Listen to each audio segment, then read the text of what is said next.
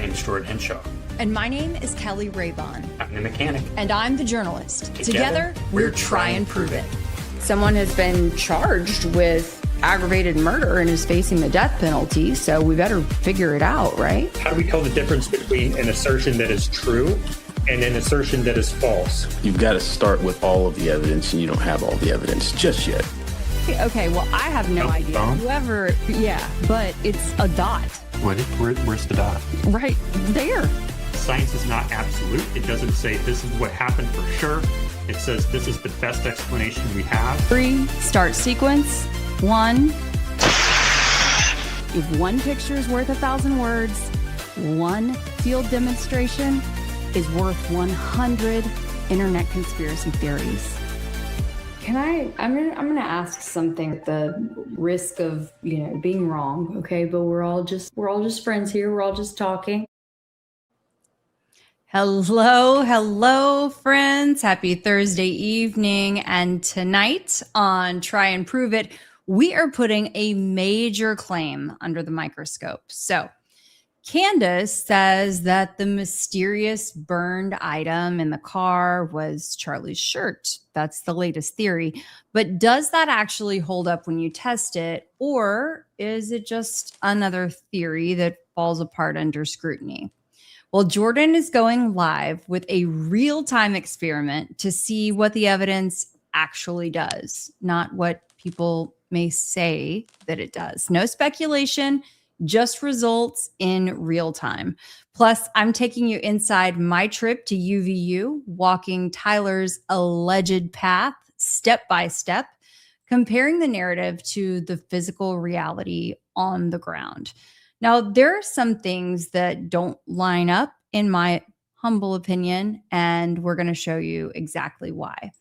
And yes, we are going to address some of those ongoing frustrations with, we'll say, the big influencers' claims, because at this point, if you are putting theories out there publicly, they need to be tested and not just repeated or retweeted.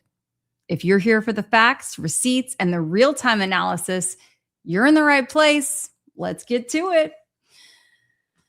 Jordan, are you ready over there? I hope so. Here we go. Yes, I am. Can you hear me? Yes. So what we have today, we have some gauze pads to test with the, and this is fake blood. This is just red paint, but we're going to use that as blood. We also have a torch. We have some gasoline in case we have some difficulty getting the shirt to ignite. We have scissors to cut up the shirt so I can keep at least part of the shirt, the top. This is the Carhartt Force Sun Defender shirt, a size large. This has this logo in the bottom left that we see on Charlie. It has the double seam that we see on Charlie. It has the black band around the collar that we see on Charlie. It has the rectangular logo or tag that we see on Charlie on the back. And it also has the graphic goat logo right there, the little goat right there. I'm not sure if you can see it, but you can also see it on the inside perhaps. That indicates that this is a sample order from Graphic Goat. The custom text was not printed or put on the shirt by Graphic Goat, so that would have had to have been done in-house at TPUSA or with a local shop. So our mission today, our objective is to cut and burn part of this shirt to see how it burns and what it looks like. And we're also going to put some red paint on it to do our best to simulate what could have been in the car that day. So we're going to go ahead and start cutting it now.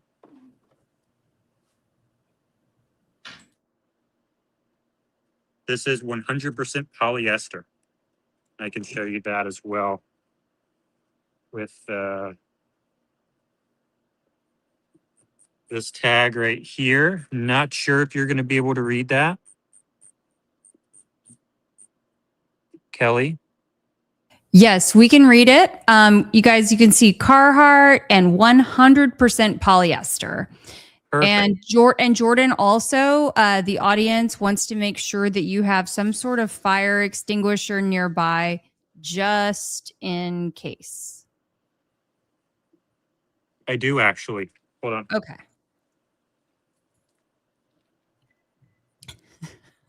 Leave it to Jordan, always prepared.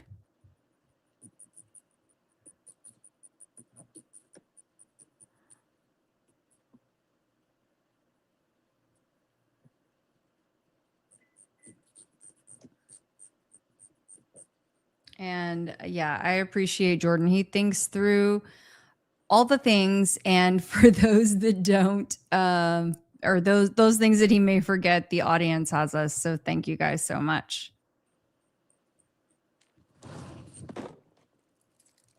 Thank you for the suggestion. Absolutely.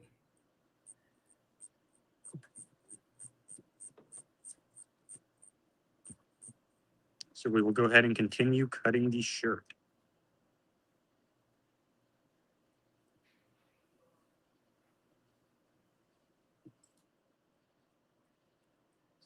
This is like the most exciting part of the stream here.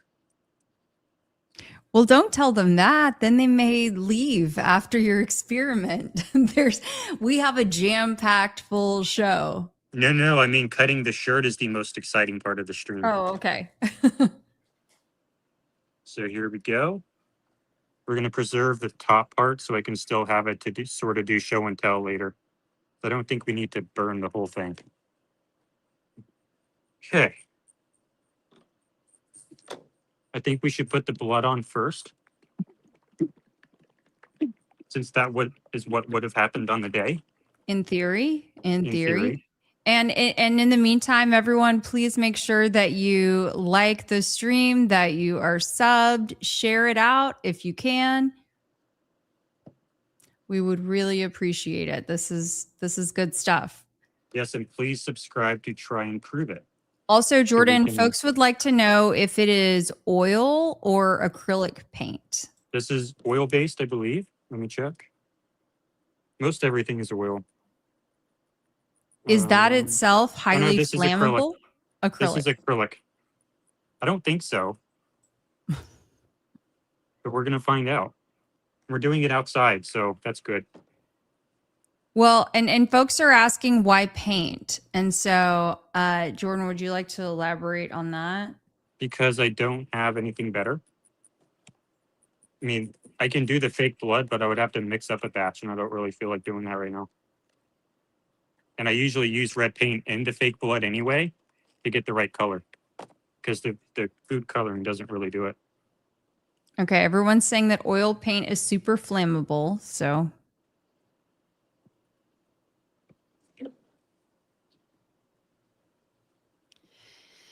They're also letting us know that we could buy blood from butcher shops and many other places. So Yes, that's that is true.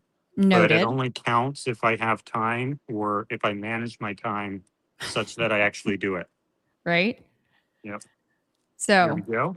I mean, let's remember this is not Jordan's full-time job. He has a real full-time job beyond this, but here we go. Do we have good view of the flame? Of the flame, is there a No, we don't. Okay. Let me just tilt this up then. There you go. Yep. Okay.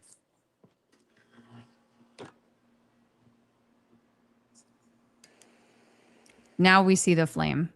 Oh man, I'm nervous. Be careful, Jordan.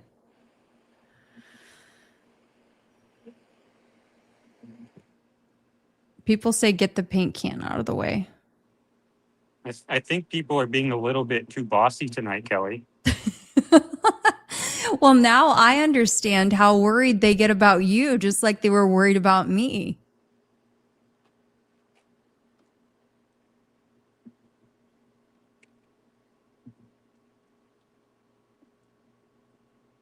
Oh my gosh.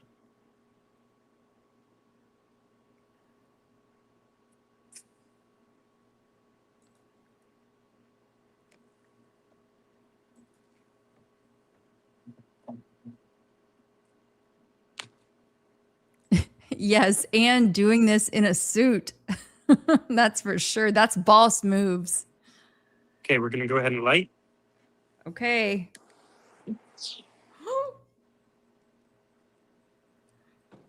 Oh my God. Thank God we have the extinguisher.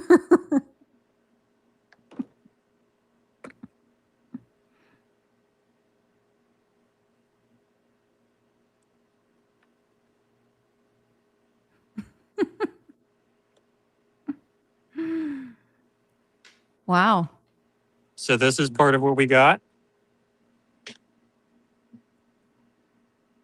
Interesting. Interesting. Look at all that. What was all the white flaky stuff on the table before? I don't think I remember seeing that That's the before. fire extinguisher. Oh, okay.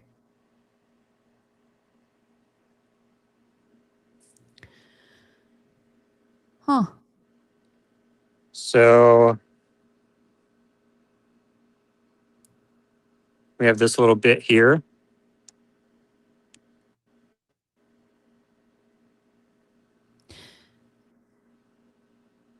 Interesting. Thank goodness. Thank you, GCL, and everyone in the chat who recommended the fire extinguisher.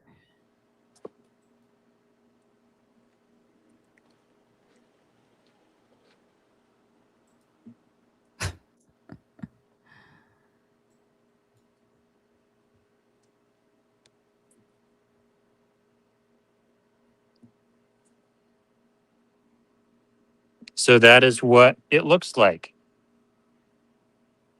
That's the shirt. And now we're going to do the gauze pads. Oh my gosh, please be careful with that. With what? The gauze pads. Why? Because I feel like they're smaller.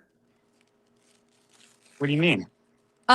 Just in mass, they're smaller. Yeah. So I just want to make sure that you're careful. That's all. What would We're I all need to just be looking careful out about? for you.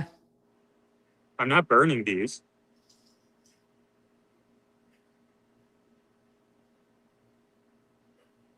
I'm not burning these, so Okay, got it.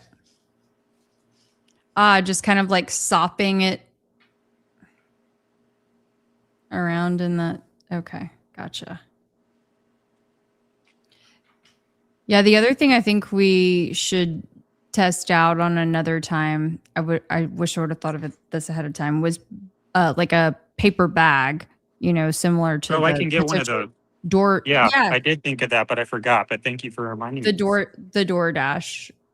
So this is what that looks like. So I don't think it's that. Do you have the image pulled up? No, but I can We pull can it do up. that later. Yeah, We we can can do pull it that up. later. Yeah, we can pull it up a little bit later. Okay, let me And I run think and get it. once that dries too, because it'll be helpful to have that dried. Yes, I'll be right back with the paper bag. You Okay, copy? well, you guys let me know in the chat what you're thinking so far. What are your big reactions? Did you At this copy point? that? Say that again, that you'll be right back. I'll be right back. Yep. Okay. Well, please let me know, you guys, what you're thinking, your reactions. And, oh, sorry for my dog. Here, please. Trying to juggle a few things over here too. Yes, Chewbacca, I saw your comment. So, Brayden, go get the dogs. Sorry, you guys. 3-ring circus over here.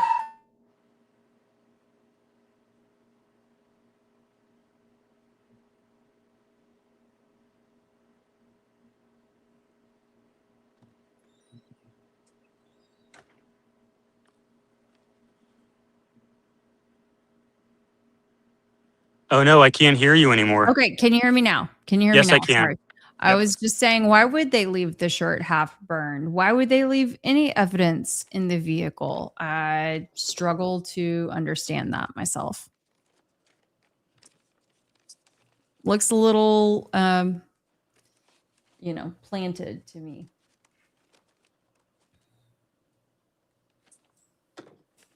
Can I put your camera back up, Jordan?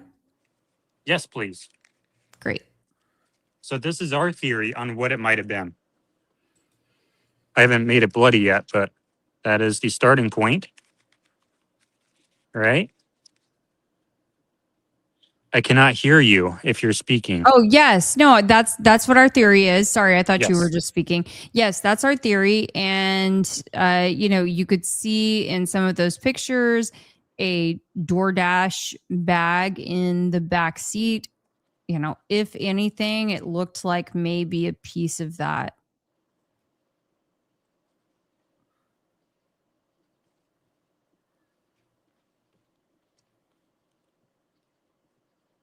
And this color isn't entirely accurate, but That's pretty good. yeah. So if it were to dry, it would look more black. Or I guess this isn't going to dry black because it's paint, but blood would on the day. Mm-hmm. So I think that's fairly close. Yeah. I think it's a lot closer than the shirt. I mean, I think so too, especially if it's just crumpled up. But there are folks in the chat who think that it looks like the polyester shirt looks really close to what's pictured in that image. Oh yeah. Let's take a And look at that.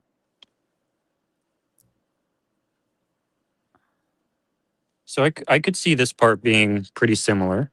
yeah. I think. I suppose this part here. But it's still just, I think the overall like middle color looked a little different. Mm-hmm. And I just maintain that it all felt staged. Cool Pigeon says burn it more. So I don't know. Yell at me. Call the fire department. Right. I mean, that was a massive flame. Yeah. But I appreciate, Jordan, that at least you took the time to go at least to do this, not only live, but just to record it as well. I think that says a lot. For me, a disappointment personally was just to not see video of them actually. It's like, if you're going to go through the process of doing something, why not just record it? Mm-hmm. So I'm starting to clean up now. So I will go ahead and rejoin upstairs. Perfect. Sounds good. We will see you in just a moment, Jordan. All right. Okay, guys. Sorry, my son has just come in here and wanted a fourth meal of the day, so trying to order that while I'm also hosting. Okay, well, if you could just try to figure that out. Sorry. Okay, well, can you go in the other room, please? Because I'm in the middle of a live. Thanks. Everyone, Braden says hi. Alrighty. So now let me get into the right setup and we will be moving right along. Okay.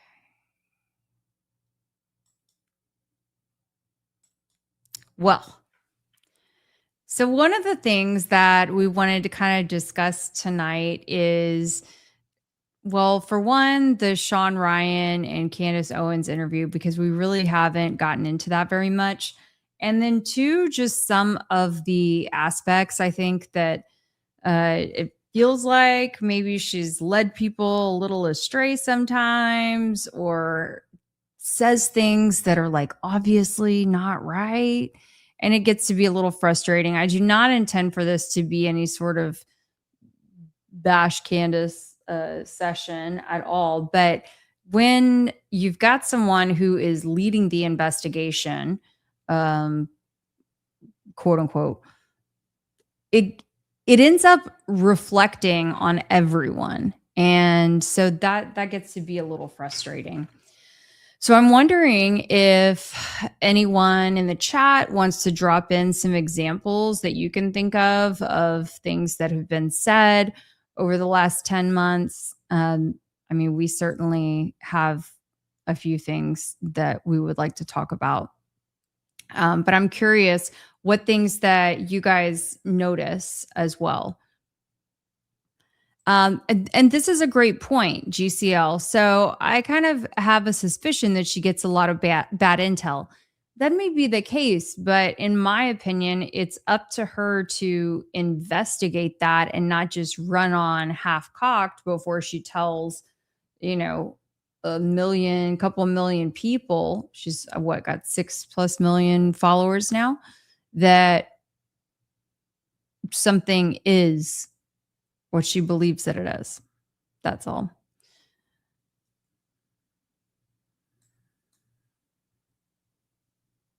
Oh, this is so nice. Go Jordan. Without your know-how, the whole show would tank. Well, hold on a second. You mean that I would tank? You mean that I would tank?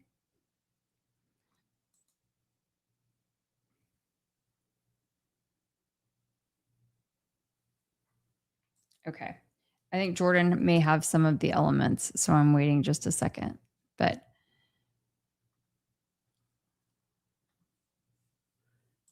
let me pull up what I can. So, even during the Sean Ryan and Candace episode, there were some things that, I mean, not only I get frustrated with Sean Ryan, and we have made some jokes about, holy shit, oh, really? And Jordan and I, if you guys caught us during our coverage last week, you heard some of those laughs, but it's like it all starts to feel so staged.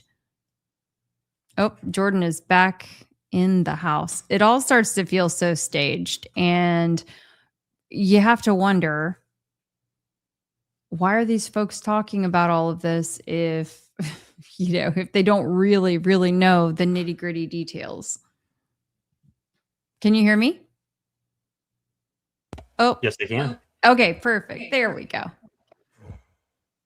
How was that? Is that good? Oh, it was amazing. The audience was loving it. Perfect. So we want to pull up some Candace clips? Yeah, absolutely. Oh, Gary just replied to me. Oh, that's good. See, let's show this. This is a nice tweet from Gary. It's kind of off topic, but let's minimize and pull this up.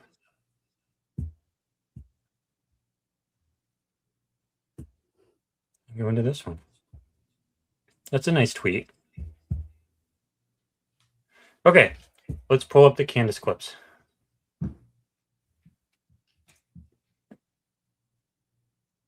So do we want to start on Sean Ryan? Yeah, I think that would be awesome.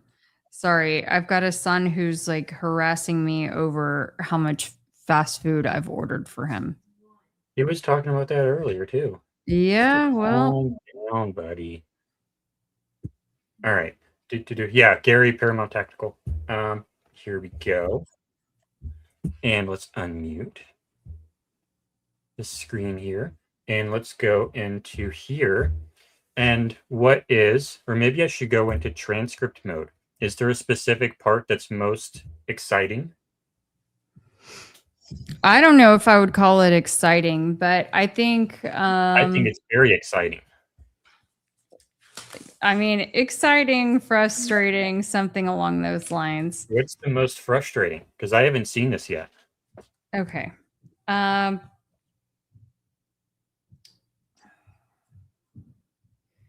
have a lot of like little notes, but I think when she's talking about, when she's basically talking about the event, I mean, just go to Charlie part, and if you just want to type in Charlie in the transcript, or that can get us started.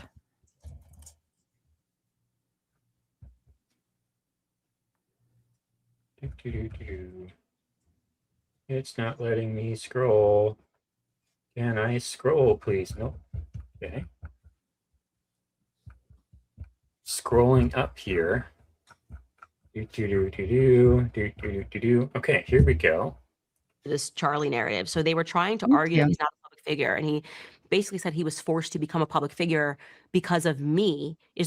I'm the reason he had to go on the Sean Ryan show to clear his name, and I never covered him on my show once. Never spoke his name on my show before he went on your show because it So was hold on. He's claiming he came here because to counter your narrative. Yeah. But you weren't talking about him. never said one word about before. him or the security apparatus because I knew them, and my mind just wasn't there at all until he did your interview, and it was so disastrous in my view, and I think also the view of all the people who watched it. According to the comments, there was just something off about it, and I went, whoa, he's answering questions weird, the stuff that he's saying doesn't really make sense. But that's their argument they're trying to make because they're trying to get the court to see him as a private figure who only had to come out and do the Sean Ryan show. You know what was interesting though? Let's go to her show when she talked about the shirt. Mm-hmm. Because I know I can talk about that. Perfect. And while you're pulling that up, I want to mention that there's a little bit of a controversy. I don't know if you've heard about this, Jordan, but in the lawsuit of Brian Harpole filing against Candace Owens in federal court, Candace hired an attorney who apparently has recently, I think, I'm going to mess this part up a little bit, but has been engaged in some kind of legal activity there that all of the entire bench in Middle Tennessee recused themselves. The judges recused themselves. And so now they're trying to figure out who will be able to hear the case. Yeah, it almost seems to me like, I mean, is this like an easy a way out of the case? It's so strange. Or is that strategic? Grok says this is highly unusual and appears unprecedented in a standard civil federal defamation case. No clear parallel examples turned up in other districts for similar suits. Is this the one? Things that make you go, This is the same episode. Do you remember which episode was the shirt? Maybe it was this one. Oh, this is interesting. I made it onto Candace the other night. There you go. The moment you've been waiting for. I was even speaking when they paused it for the screenshot, as you can see. I wasn't talking in the show, but you can also say that my field tests have made it onto her show as well, because in my profile picture, I'm doing one of my tests. Nice work. So my tests have made it onto Candace Owens. In one way or another. Is this the show with the shirt, though? It would have been kind of, there you go. Yep. Me to be fired or lose my life. I started to email during the question of the pulse oximeter. If we could pause that for just a second. At the beginning of this, okay, I understand people got all over our case about when she first showed this burnt material in the new car photos a few weeks ago. Man, people jumped all over our case about me saying, why did she call it an Uber Eats bag when it's a DoorDash bag? The thing is that facts matter. And when you're the lead investigator, whether we like it or not, you have to get things right because it just offers an opportunity for opposition to poke holes, discredit, any of those things. And it was like how she led the show. So, I mean, just know. And she's had these photos for, I don't know, 6 months, 9 months, something like that, a long time. So come on, like we gotta call it the right thing. So in this case, she says, oh, a doctor emailed me, when in fact, right off the bat in the top of the email, you see it was a nurse that emailed her. I'm just saying facts matter. It's about professional integrity. And we're going to talk about that later. And like, why does this stuff matter? It's because imagine a lawyer went up to testify, or not to testify, but to talk during a trial, and they just started using the wrong words for this, using the wrong words for that. In that context, it's like, no, the terminology does matter. It's on the written record. And is Candace's show equivalent to that? No. But we expect the same general level of professional integrity. And we're going to get into some of the principles that we can draw from this later. Used one today. The silver, I believe, is the hypothermia blanket that comes in that medical pack. I think you figured that out. Your mind is asking the right questions, but what is the charred, burned thing on the ground? It is his shirt. I have taken care of multiple burns as a plastic and reconstructive surgery nurse, and that is his shirt. How? Just flatten out that bunched up piece, flatten it out in your mind, flip over the right side in your mind. Yes, I actually did send her a video. I sent her an email and a video. And I can actually show that real fast if I can find it over here. Because that is unlisted on Try and Prove It. But we can probably find it if I go over here. But I did send her a nice email telling her exactly what the shirt was. But we're going to get to that in a second. It is this video. If I can unexpand this one. I made her this nice little video showing her exactly what the shirt is. And it only has one view, so I know she hasn't viewed it. That's my view. But you know, this entire look video. at the extent of effort that Jordan went to. And, you know, he is a recognized creator in this space. Took the time to contact her, make a special video for her, kept it unlisted. And look, I know she's busy, but she also has a staff. And just, it is what it is. And it is questionable to me. The top part is the bloody top of the white shirt. The back is scorched. So the issue I have with emails like this and publishing them is you need to be able to demonstrate your claim. It's a very easy claim to demonstrate, as we just saw. So if we're going to make these like super confident assertions, and she will Why? try, How? Because we can probably do better. Electrical current is hot, and the shirt had some polyester in it. When polyester is heated, it So when people say that electric current is hot, the issue I have with that is we don't, is this live? Let's not have that live right now. We have this post that I just did. Someone has a new theory on what happened to Charlie, and it's like really complicated. And I can show this now. This is one of the things. Feeling kind of cool? Happened. Feeling kind of cool? What's causing this wire to jump? Well, as it turns out, charges that are moving. Okay, and then they also have this video here. Second switch, it's going to send DC current, the same current, through the wire. And since this is a coil, it makes a straight up or a straight down magnetic field. But this straight line wire is going to create a circular magnetic field. And, well, watch what happens. So they think that's what happened to the shirt, and they wrote this John Bray style single paragraph explanation that I kind of read, but it sounds like John Bray. And the issue with it, like I point out here, is he's not wearing that.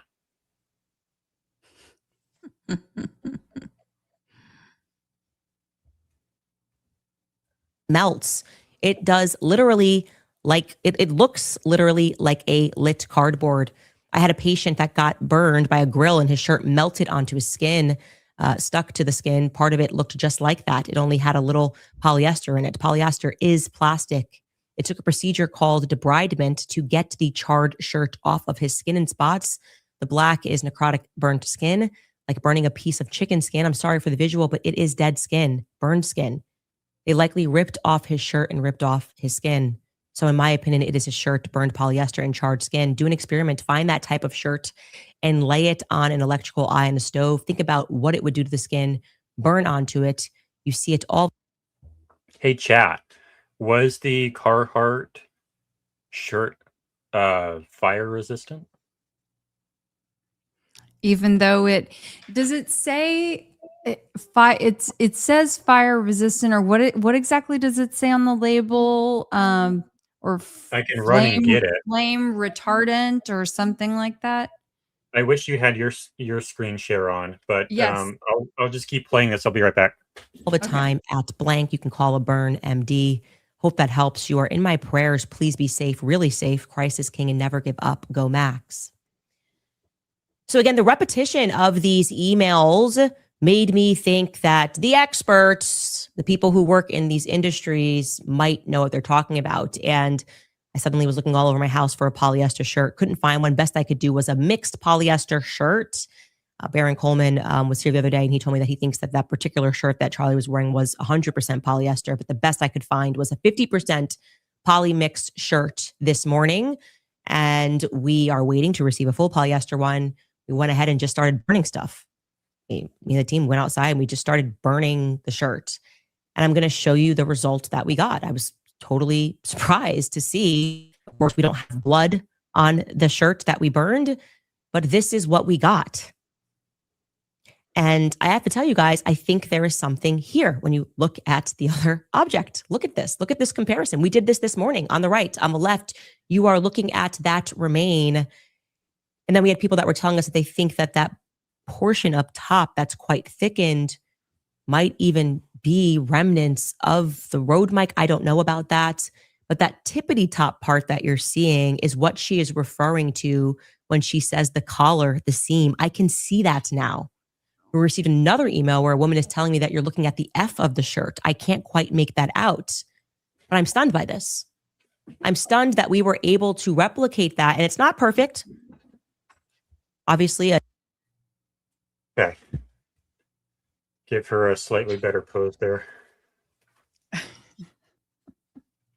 It says, built to serve and protect all hardworking people. For Sun Defender. I don't think that necessarily means that you can put it on the surface of the sun, though. It's not going to defend against that much sun. Right. Oh no. The tag is on the part that I threw away. Oh man. Okay, I'm going to pull up the listing Okay. in the meantime. An explosion versus us just lighting something in a fire pit is going to be different, but I am stunned by that plausibility. And we're going to keep you posted. I think there is something there. I'm actually trying to get my hands on what was left behind in Charlie's vehicle. I'm ever determined.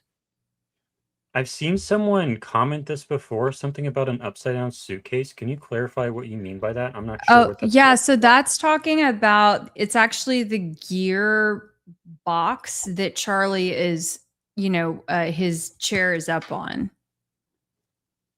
So I don't know if it's like a speaker goes in it or something goes inside that black. You mean gearbox like the AV box, not gearbox like on a car. Okay. Right. Perfect. Moving on to Turning Point USA and their affiliates, they are obviously losing their minds right now. Okay, of that there is no doubt. They are throwing every stone, making every accusation. They are getting their hands really dirty. You know what? I still have another one. Actually, I'm wearing it right now.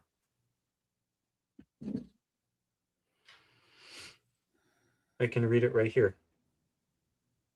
No, it's this one.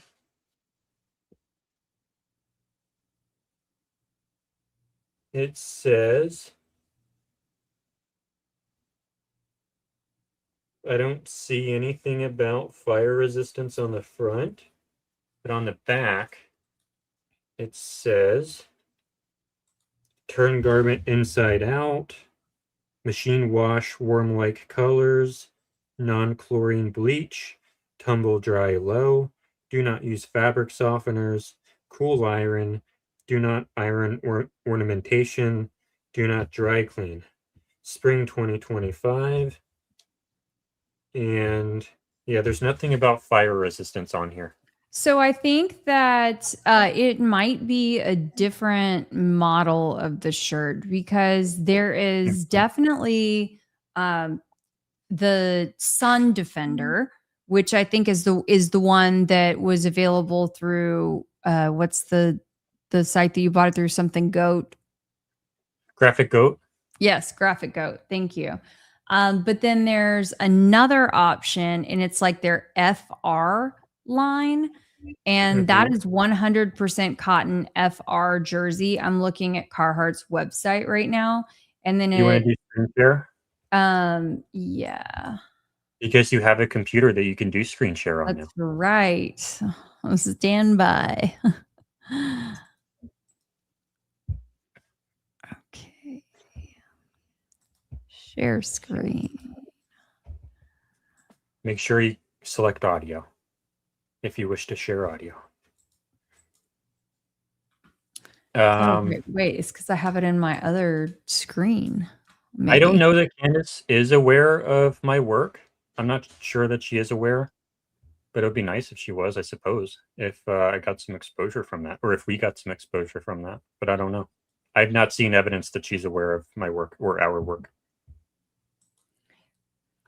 Okay, it's going to make me like change a bunch of settings right now, so I'll be ready for the next time, but I'm going to send you the link in the meantime.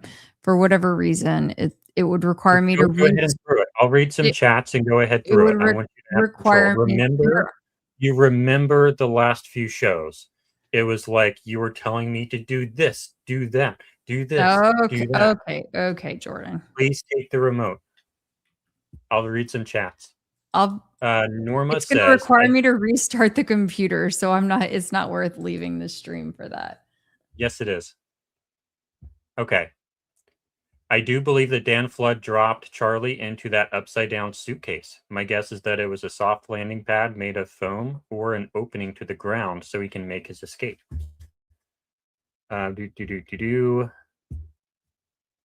Storms to Light says, I wonder if the thing in the back of the truck is a burnt prosthetic.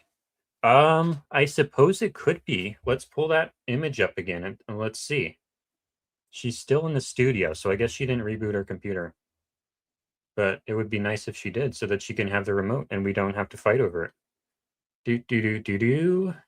Where is that screenshot? Is it true that you only shared the screenshot for 2 seconds? All right, let's see if this looks like a prosthetic. Does this look like you're still in the studio. Jordan. You're still in the studio. Yeah, it's not like I've got to enter all these passwords and all this stuff. Can you just like... I'm reading chats. All right. Yeah. I wonder if the thing in the back of the truck is a burnt prosthetic. I don't know that this looks like a prosthetic. I don't think that it does. I think it looks a little bit more like cardboard, and I can actually bring up this video now to see what it looked like again. Because I have the video from the other phone. And we can play this back real fast. Whoa. That's for sure. That's boss moves. Okay, we're going to go ahead and light. Okay. Oh my God. Thank God. We have the extinguisher.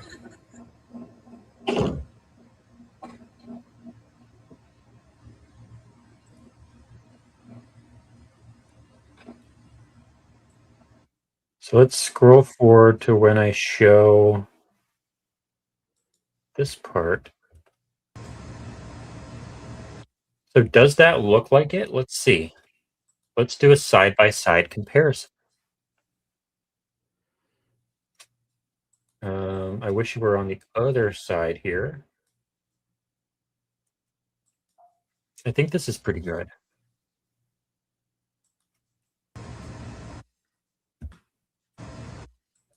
Interesting. Look at all that. All the white flaky It's stuff. echoing. Oh, is it? Yeah. I'll keep that off then. I think I did it again at the end here. I showed it. Yeah.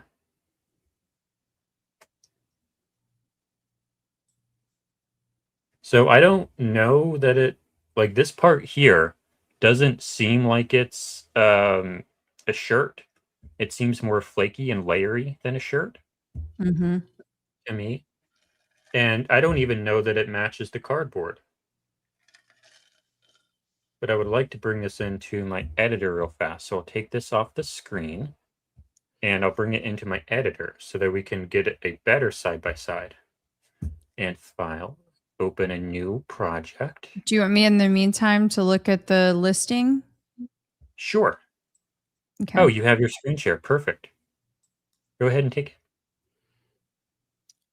Okay, I'm gonna have to remove us from the screen, I think. No. Oh, hold on. There you go. There we go. Okay. So when your work demands the extra protection of flame resistant gear, this men's shirt meets industry standards for safety without compromising on fit or performance. So I think this is part of their FR line, which means it's flame resistant.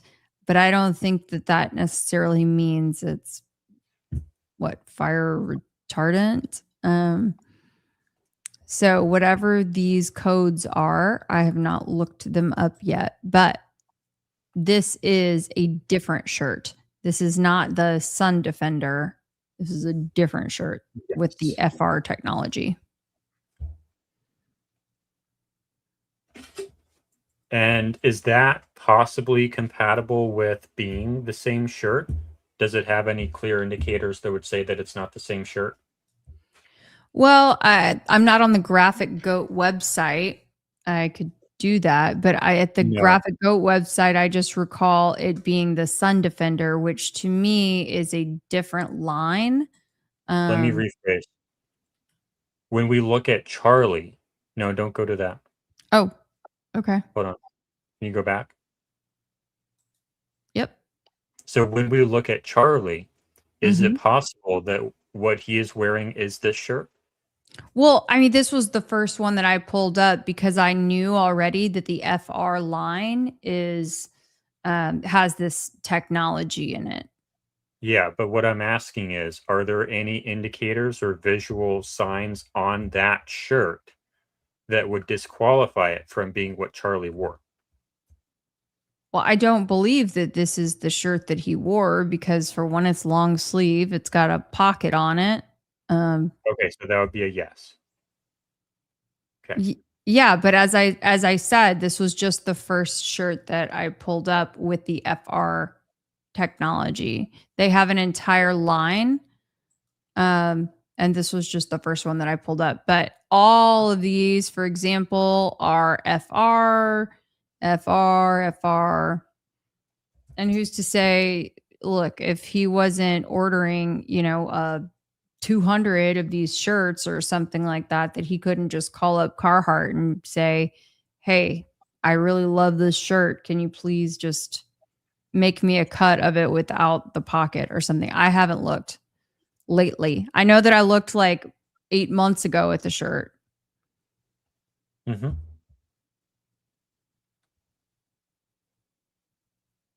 Okay. I'm ready once you're done with that. Mm-hmm. Okay. So now I have this in my video editor so we can see it side by side.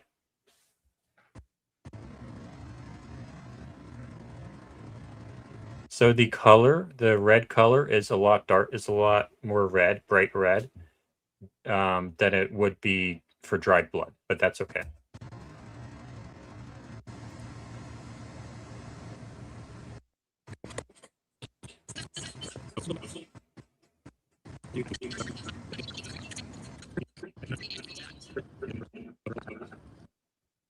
That's pretty good.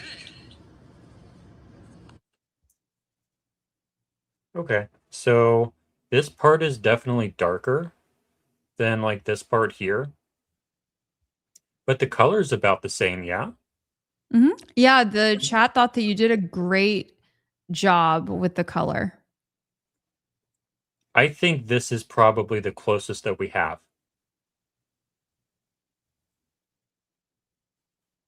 I think this is the closest that we have. And just imagine that the color of the paint is slightly darker. I can get better paint that's the right color. But I think that's probably the closest we're going to get. Yeah. I mean, it's not necessarily proven that's what it is, but I think that's probably what that is. Because when we look at, I think I bring this shirt in again.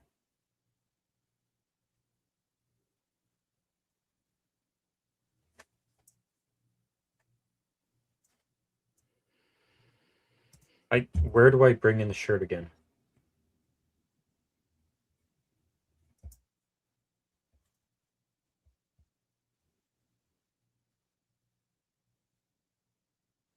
Because remember, you say that someone thought that the shirt was better, and then I bring it up again. Where is that part? I would've thought loved to toward see the the toward the shirt. end, I thought. Yeah.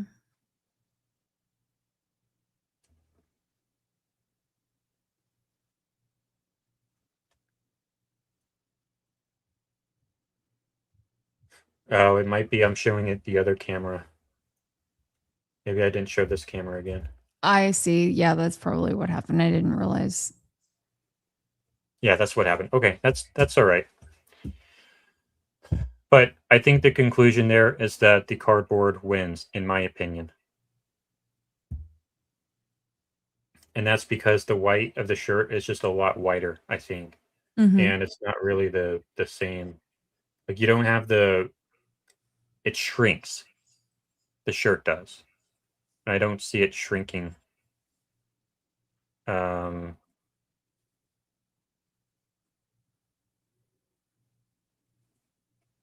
you know, that just doesn't look the same to me. But anyway, let's get back to the Candace episode. Road mic, I don't know about. And for whatever reason, Okay. Yep, we can't see her yet. Here There we go. fired from Fox News or had. But anyway, so let's go back to Sean Ryan, yeah? Are there any highlights from Sean Ryan that we should look for?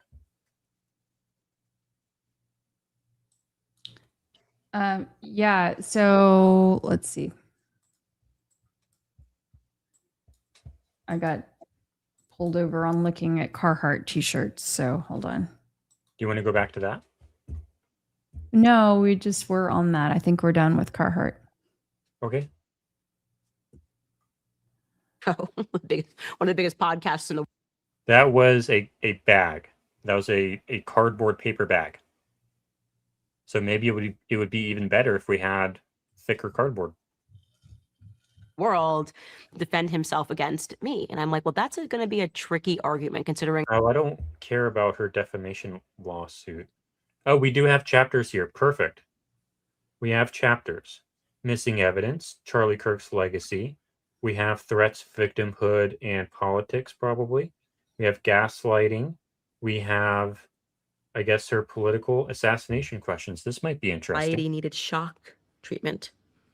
And Charlie's death was shocking in so many ways, not just the death, the administration's reaction to it, his wife. There's so many shock points. It shocked the senses in so many ways. It made us consider things that were so beyond the realm of what we, I think, could have ever thought feasible. I think his assassination had to be live streamed. And What do you people mean? who Why are do you say evil. that? Some ritualistic thing, or Yeah, so for 2 minutes, the people who orchestrated his assassination, it was ritualistic. I think that they wanted it to be publicized in that way because they thought they were then going to harness our emotion from having seen it to their benefit. And what it did was it certainly did harness emotion, but it was not to their benefit. So you ask, why is the shirt white? I say it's white because it's political theater. And when you look at every single tutorial on how to do that neck wound for Hollywood, the shirt is always white. Let's actually pull it up real fast. Let's pull it up. Let's pull up every single tutorial. Neck wound tutorial. How long have you thought that it was political theater, Jordan? Do you want to talk about that? I've thought that for a very long time. Where's the ones that I'm looking for, though? Oh boy, where these are like not professional ones. Hold on. What did Neck you wound. type? You typed in neck wound Hollywood. Blood Did you put in prosthetic. like prosthetic or something? These aren't the professional ones. There's all kinds of professional ones. Okay, while you're pulling that up, I want to say I haven't not seen your email just yet, but I did see Labella Anima. I did see the same clip pulling up in my X feed. So yeah, it was wanting me to like sign up for some kind of, I don't know, movie service or streaming service or something. I didn't know if it was a scam or not, but let me know if you actually watched it. I can't find the professional tutorials right now. I don't know where they are. Like Not literally like all the ones. Mike, they're not like showing Mike up. Makesh. Oh, here's one. Hello. Yeah, this is the one. I have to be careful with this video. I'm But Mike in this Makesh. tutorial, this is a professional tutorial. He's wearing a white shirt because the blood shows up better. And that's why you wear a white shirt. So that's one of the professional tutorials. Stan Winston. Neck wound. While you're pulling that up, Carolyn A said, I asked Google about Carhartt fire resistant t-shirts. It said, yes, they do. Showed a photo of a t-shirt that looked like the CK shirt. Again, I remember pulling something like that up very early on. However, then I wasn't able to actually find anything that was available for purchase. It could have been something that they discontinued, like as of late fall last year. But that's when I was first looking into it. So I'd be curious. And this is another one showing you how to do the exact same neck wound, white shirt. And then there's another one that they do where they go to like a middle school or high school or something, and it's another white shirt. It's always a white shirt because it shows up against the blood shows up against white best. That's why it's a white shirt. It plays on your emotions. That's just what you do when you're faking Yeah, a and neck it's wound in a white symbolic. shirt. Totally. And the idea of freedom.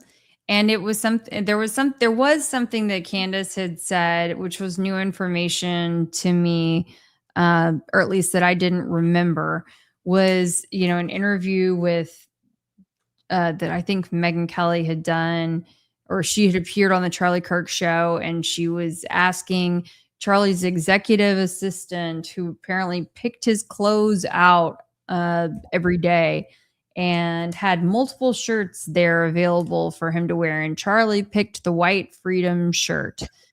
And, I think that was quite symbolic. But was it symbolic? Was it symbolic because he was going to feel free after he faked his death in front of everyone? Or, something a little darker? All right, you guys. All the stuff that he doesn't need to think about, I would do for him. And clothes. How'd you do clothes? Yeah, you figure that out. It was difficult, not the easiest job. We have the clothing racks in the warehouse. Yeah, some days I would just have to guess, figure out what is Charlie going to want to wear today, and sometimes I'd be right, sometimes not. But well, can I ask you? This is not to take it to a darker place, but we're all wearing these freedom shirts, the same shirt that Charlie was wearing on the day that he was killed. What is there a story behind this shirt? Yeah, so we usually bring a couple shirts.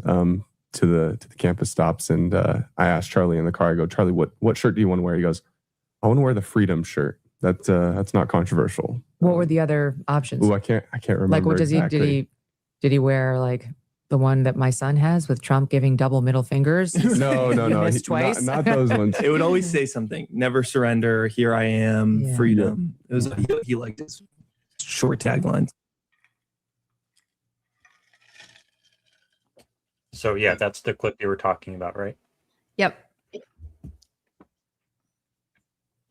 The emotional reaction that happened, if they could have controlled it and built a conduit for it, would have been amazing. If they could have just channeled it as they wanted to, literally channel.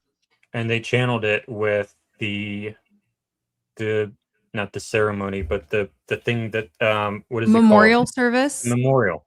Yeah. Yeah, that was them channeling it. Okay, but I will also add that, you know, if Charlie and Candace were still so close, it does not track to me that she would not attend that memorial service, you know, or his private funeral that she has reportedly said that he had. I don't think they were that close. Well, but she portrays them as being very close. They were close, but I think they kind of had a falling out. But that's not what she portrays. Yeah, I don't really believe her though. So, yeah, I just wanted to mention that, I you know, think and then it's she- like we've never heard if she actually has had any interaction with the kids. You know, I wonder, has she ever actually even met the kids? I don't think she has. Right? She's never said, as far as I know. Yeah, I don't think she ever met them or saw them. Yeah. I think that when Erica came into Charlie's life, that's when their relationship kind of ended. I think they were still close, kind of, but I think their friendship kind of ended because when a wife comes into the picture and you're a man, your relationships with other women kind of decline. Mm-hmm. I think that might be what happened. Yeah, I see. Let's see. Andrew Colvett freaked her out by saying that it should have been her and she should lay low. Has Andrew ever admitted that he said that? You know, I don't think so. And I'm not one to believe Andrew. I just think that all of this is a coordinated show. It's all in operation. And that, you know, I just hate the idea of people getting, it bothers me, the idea of people getting sucked into the charade. Mm-hmm. That's all. And manipulated, you know, emotionally, politically, etc.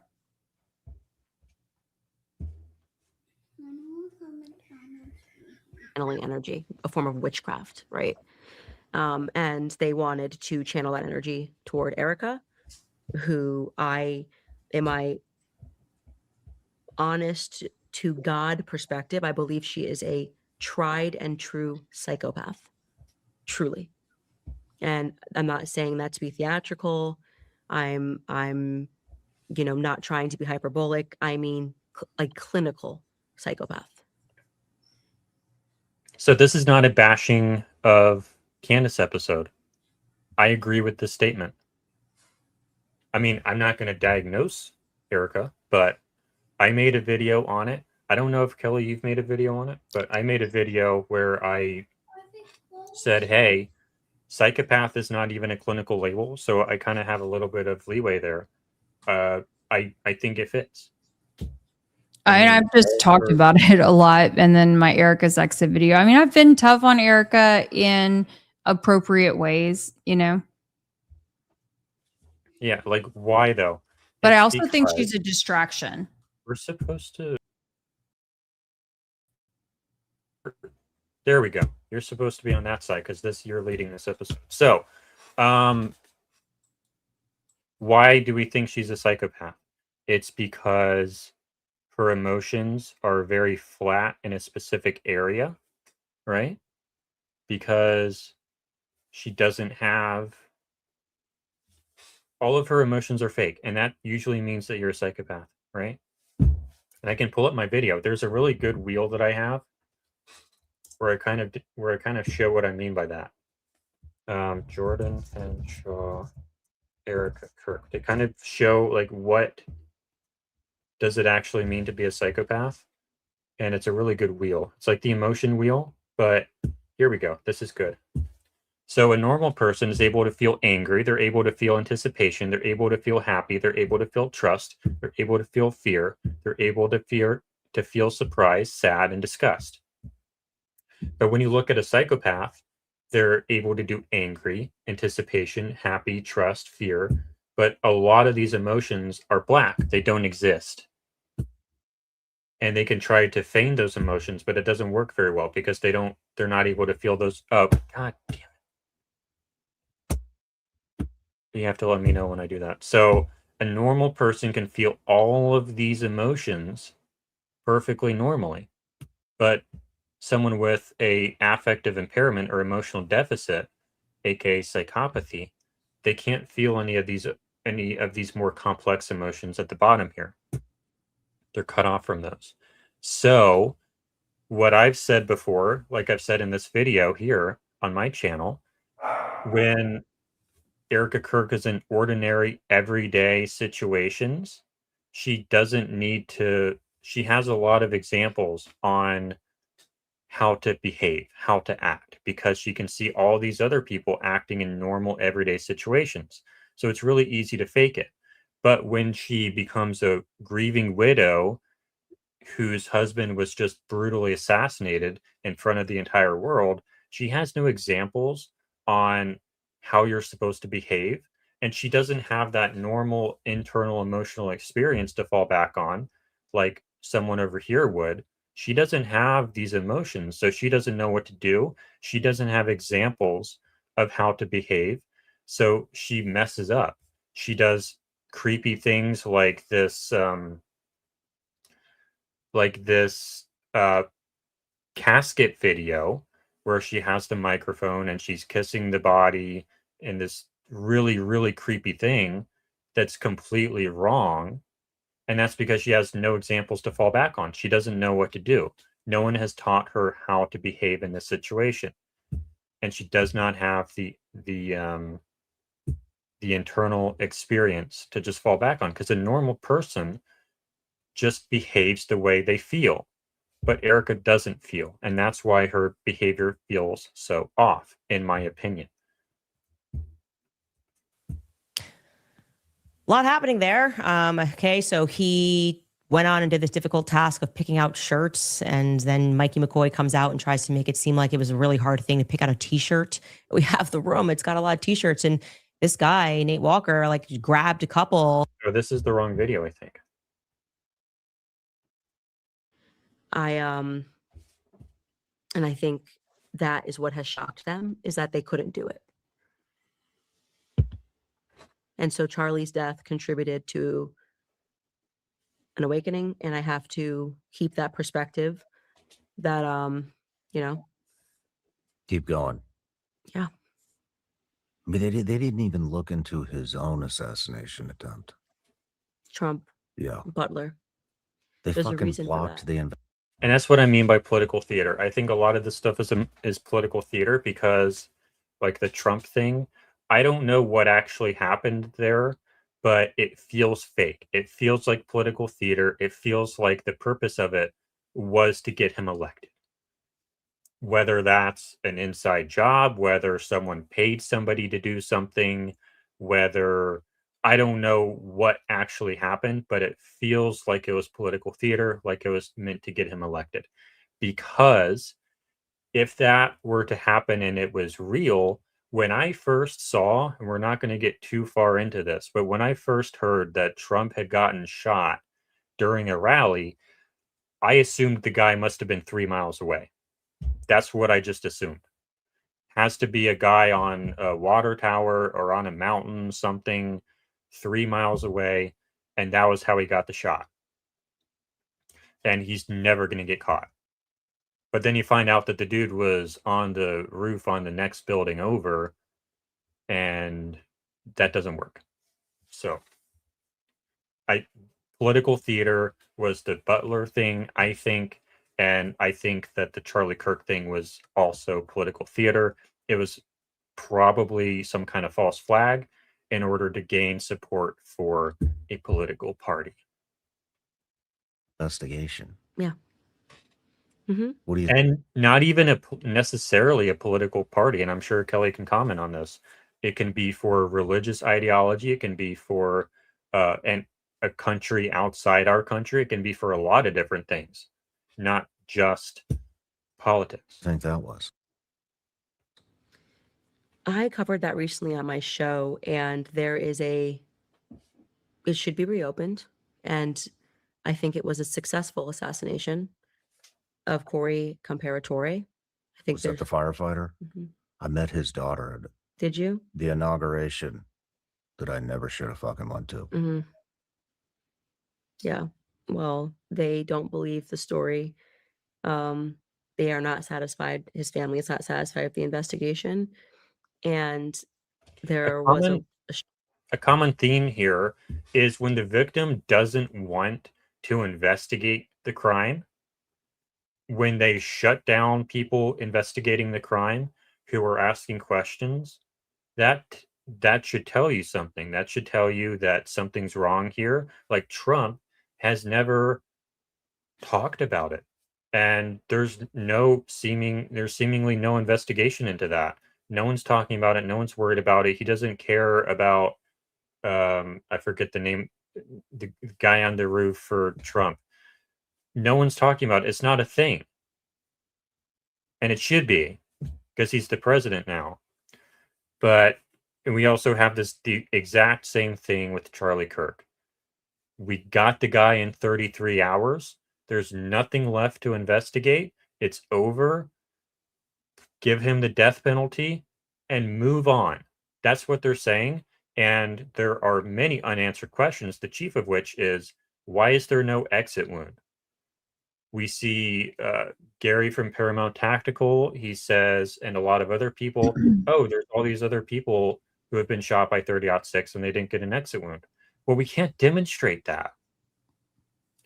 The other guy was shot in the back, and okay, like Valhalla just did another video with the exact same round and the exact same angle, right? Yep. Oh man, and he went to the extent of being his buddy, who I guess is a sharpshooter or something. He's very skilled. Anyway, they got up on a 140 yards away, 9-degree angle. They tried to make it as precise as possible, and then went, over the top, shooting through a variety of things.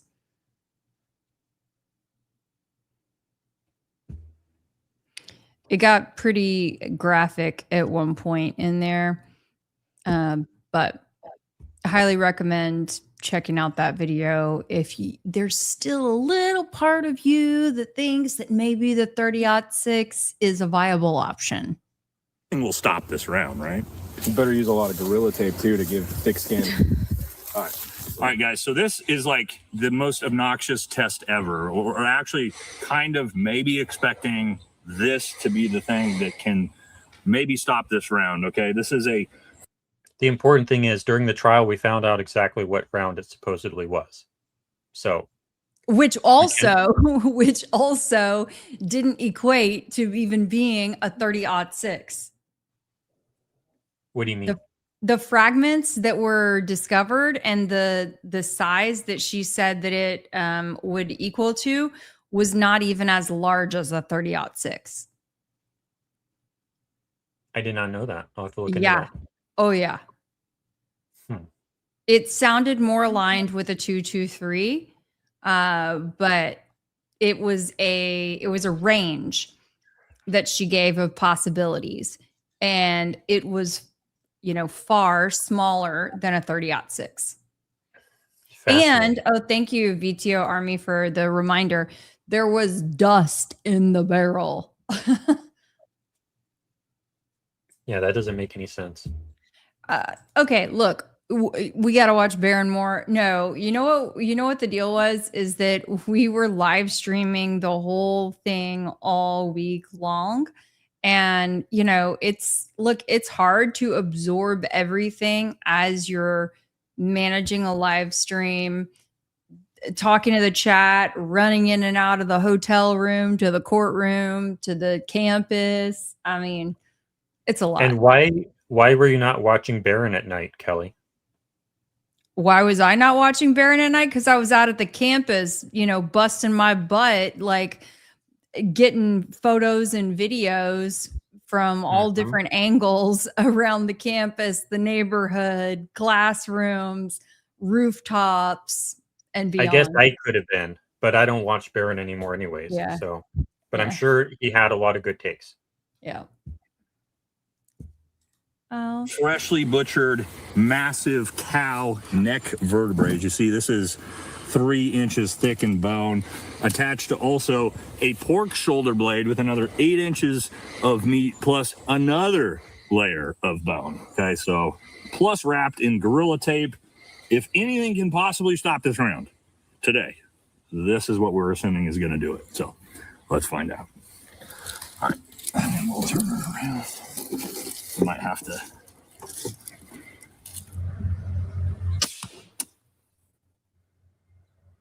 Okay, so this was what we thought maybe would be the thing that might stop this round, right? We did a brand new massive cow neck vertebrae wrapped in about 8 inches of sheep meat, and then also sheep shoulder blade. Okay, so I don't know how many layers of massive bone, but as you can see, we had a separate ipsic on the bottom. Well, as you can see, there's an exit. It blew through everything. So let's see the results here. So here's the exit wound, as you can see, and we shot it actually from the front of the pork shoulder. So basically, they're doing everything they possibly can to get this bullet to stop, and it doesn't stop. And that's the exact same bullet, or the exact same type of bullet that was in the rifle, or in a rifle that they claim is what killed Charlie. And if Jordan, I can get you when you come to Texas to would you be down to shoot a hog? Yeah. Okay. I mean, that would be a conversation for your dad, but yeah. Yeah. Absolutely. I mean, I see someone mentioning that Valhalla shot a pig too, or his buddy shot the pig too. And yes, that happened. But yeah, once Jordan is here, we'll be doing a lot more, experiments, demonstrations, etc. Yeah, and maybe if we're able to, maybe we can just keep adding meat after meat after meat and see, those like where they do frying pans to see how many frying pans it takes to stop a bullet. Maybe we can do that with pork rinds or whatever and see how many it actually takes and see what the stopping limit is, instead of every single test just goes right through. But I'm not showing the pig part. That's graphic. And also because the pig was already gutted, and I've realized that guts don't really stop bullets, but you can take issue with the fact that the whole pig was completely opened up. I did have some hesitation on that. I wish that they would have just shown the entry point, and then I don't know if they said, like, I know they said like there was a little fragment, but if they said that did they even find the full? No, it exited. It exited. Okay, see, they didn't show the entrance or the exit when I was watching, or I mean, maybe I missed it, but I think they did, but it exited, so it didn't stop. Okay, it just looked, all I saw was that it was split open and it was pretty graphic, so. But it was kind of hard to see the exit one. But anyway, yeah. Strange set of circumstances of his best friend from high school having died a couple of. Oh, we were talking about the reasons like Trump didn't want to investigate Butler, and TPUSA doesn't want to investigate Charlie Kirk. Nor does Trump. You know. Yeah, just said it. But yeah. And like, why do we want to investigate Charlie Kirk more? Because there's no exit wound. That's why. And you also have the shirt yanking up to his ear. You can say it's cavitation, and I can argue back and say why it's not cavitation. But you can say that it's cavitation. Maybe I'm wrong. Maybe it is cavitation. But a cavitation from a smaller round. I don't think it's cavitation, though. Couple of years earlier. But there's no intellectual curiosity. And I was able to talk to Blake Neff. I think I mentioned this on the show before, but I was able to talk to Blake Neff. And I asked him, I didn't ask him specifically about exit wound, but I asked him, hey, there's some really weird stuff in this case. Who was Charlie? Charlie was a teacher. He taught us to question the government when something doesn't make sense, to ask questions, to get the answers. Can you empathize with the people on the conspiracy side who see this stuff and are trying to do what Charlie would have said to do? And he got interrupted, and he started to kind of answer that, but he got interrupted because it was a Twitter Spaces, and that's what happens in Twitter Spaces. But like, that's what I want to extend to the other side here. It doesn't make sense. Charlie would have questioned it. We should too. And the people who aren't questioning it, that makes them seem suspicious. Mm-hmm. From a... We can't see it yet. Thank you. An explosive. And I covered that recently. The From strange... a patent explosive? Mm-hmm. And I plausibly PETN explosive. And I covered that recently. The From strange... a patent explosive? Mm-hmm.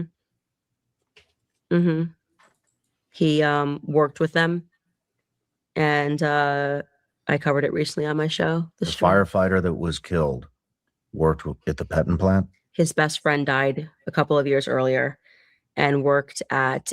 Okay, so on exploding microphone theory, why is it not explode? You want to say something? Yeah, I do, because, and sorry, I don't have queued up the exact time that she says this, but when she first starts talking about Patton and about the exploding mic potential and these things, she even stumbles over, like, I don't know how to say it. Is it PETN? I mean, it's just those little things that impact credibility when you're going on to a show that you know has the potential to have millions of views. And you've been, I know definitively have been talking to John Bray for 6+ months. Come on, like, we got to have it down pat. Yeah. And that's a common theme with her. So not knowing how to pronounce things. And like, okay, I'll give you an example of why this matters. In HVAC, Kelly, you know that I have a little bit of knowledge there. When you talk to a new HVAC technician who you've never met before, you have no idea what their knowledge level is.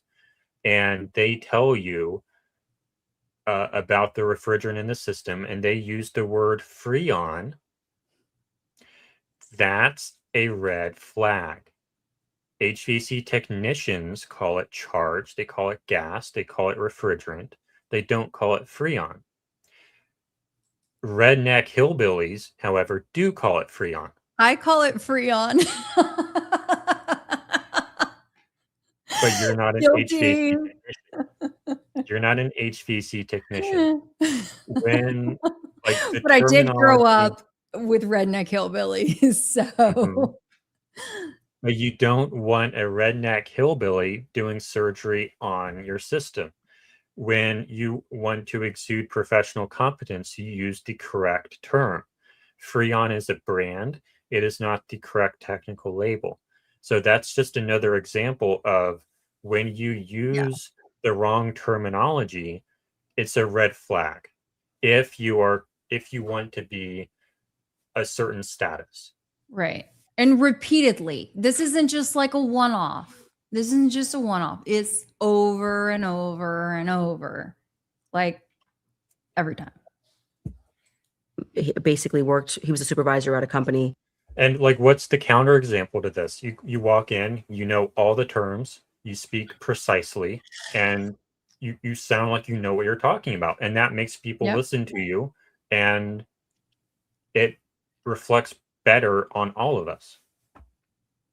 We have, this is the second time I've seen this comment. Why do I not like Baron?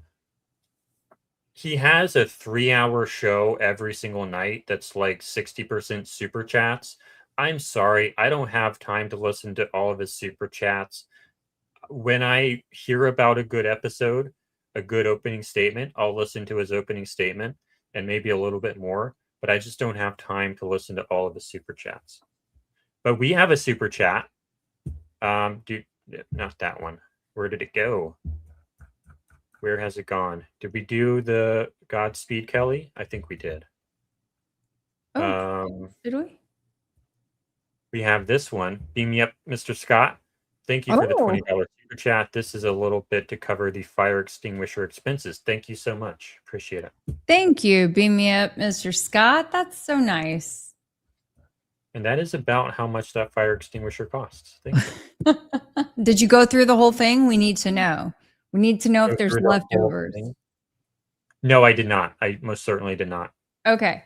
And then also, hold on, before you keep going, this point I think is interesting, and she's a good talker, which is weird. I think what they're saying is that Candace is a beautiful orator.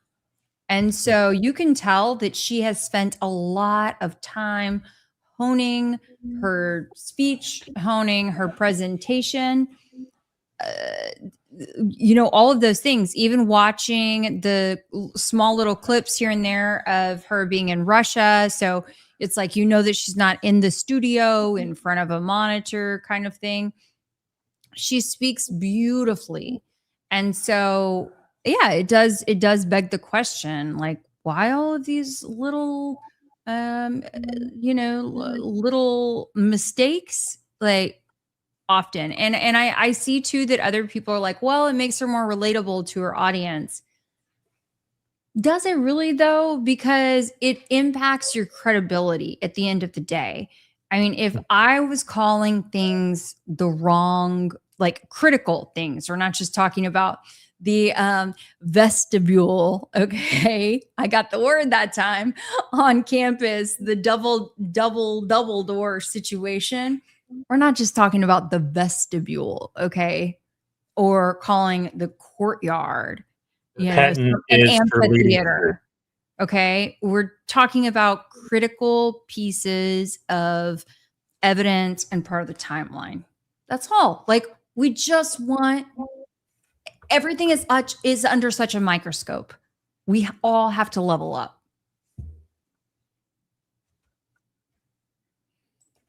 Yeah. And what I'll add to that is I can't sit in front of a camera and just talk for an hour and have 100,000 people want to listen to me talk. I'm not that interesting. Baron can. I think Kelly, I think you could get to that point, but I'm not going to get to that point. It takes a very skilled orator to do what Candace does. So, yeah. Patent explosives because they perforated the wells for oil and gas companies, which requires the patent explosive. So she does know how to pronounce it.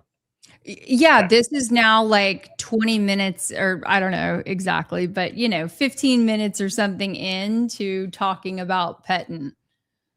Oh, is it? Okay. Yeah. But why do we not believe exploding microphone theory? I think we're aligned on this now. It's because you say, or John says, when you have, Sean corrected her. Mm-hmm. Yep.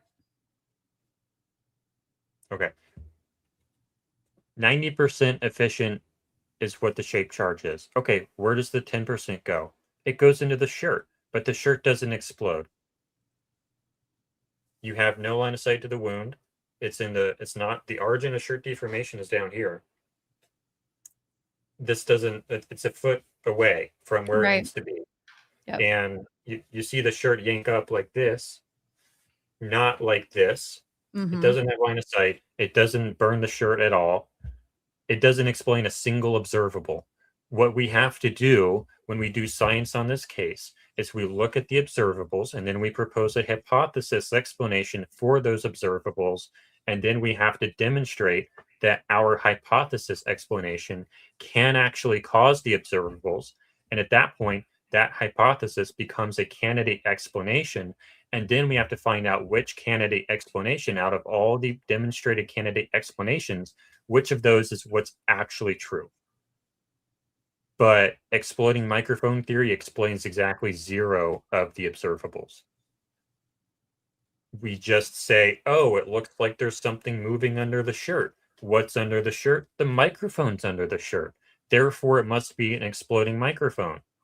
But it, like, when you look at the details, it's at the wrong location. It doesn't burn the shirt, doesn't have line of sight to the wound, doesn't explain the necklace behavior.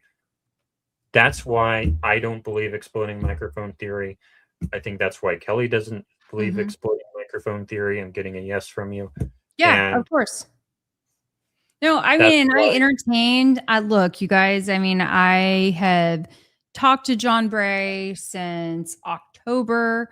I sort of resurrected his theory back in December. It was right before Christmas. And, you know, some people on X give me a hard time about that to this day because it's not my personal theory.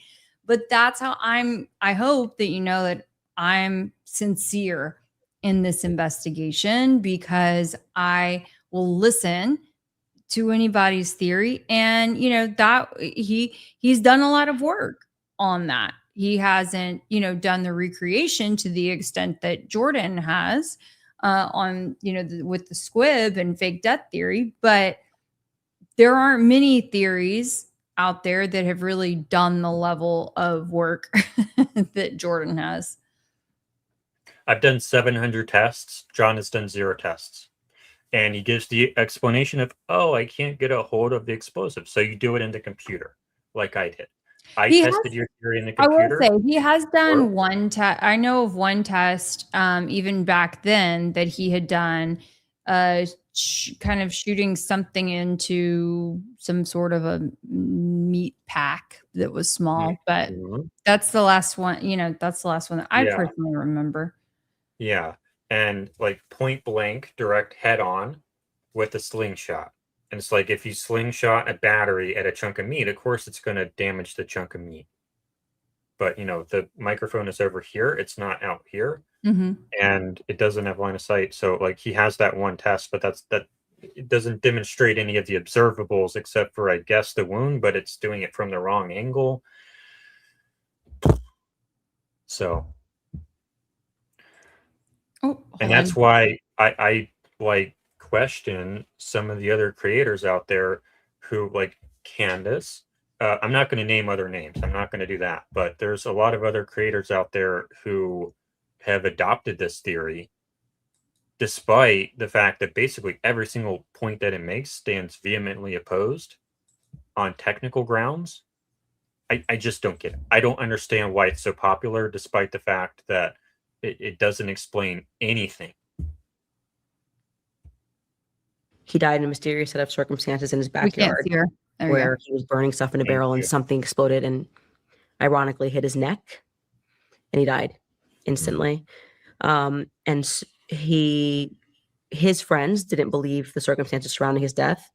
I had heard rumors of an illegal explosives ring, sort of people getting pet in illegally. And Corey was this guy's friend since high school. There's a lot of questions about, you know, shortly after Corey died, Israel did their beeper patent explosive attack within like 2 months. It was very quickly. That's weird. All of the stuff could be considered conspiracy, but I think what adds weight to conspiracies are a lack of answers. When there's a lack of answers, conspiracies become weighted. And the investigation into his own assassination attempt. That doesn't make sense. Trump can't make that make sense. Okay. I think we did that justice for now. Yeah, I think so too. I think so too. I will just kind of tease, I guess, a little bit to folks because now I'm having to like log into my X account this first time on this computer, and which thank you, Jordan. Thank you, Jordan. Jordan has helped be more productive now.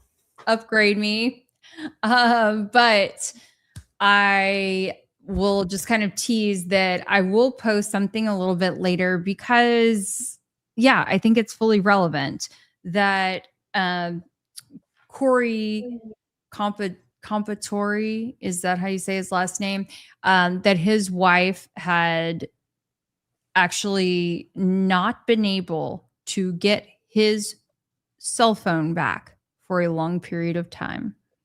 And shout out to one of my ex followers who I will tag in the post once I do post it. But I think it is very revealing and very interesting to compare that to Erica being able to get Charlie's phone back, immediately. That's great. I didn't know about that. Yep. I know. That's why I'm about to break some news.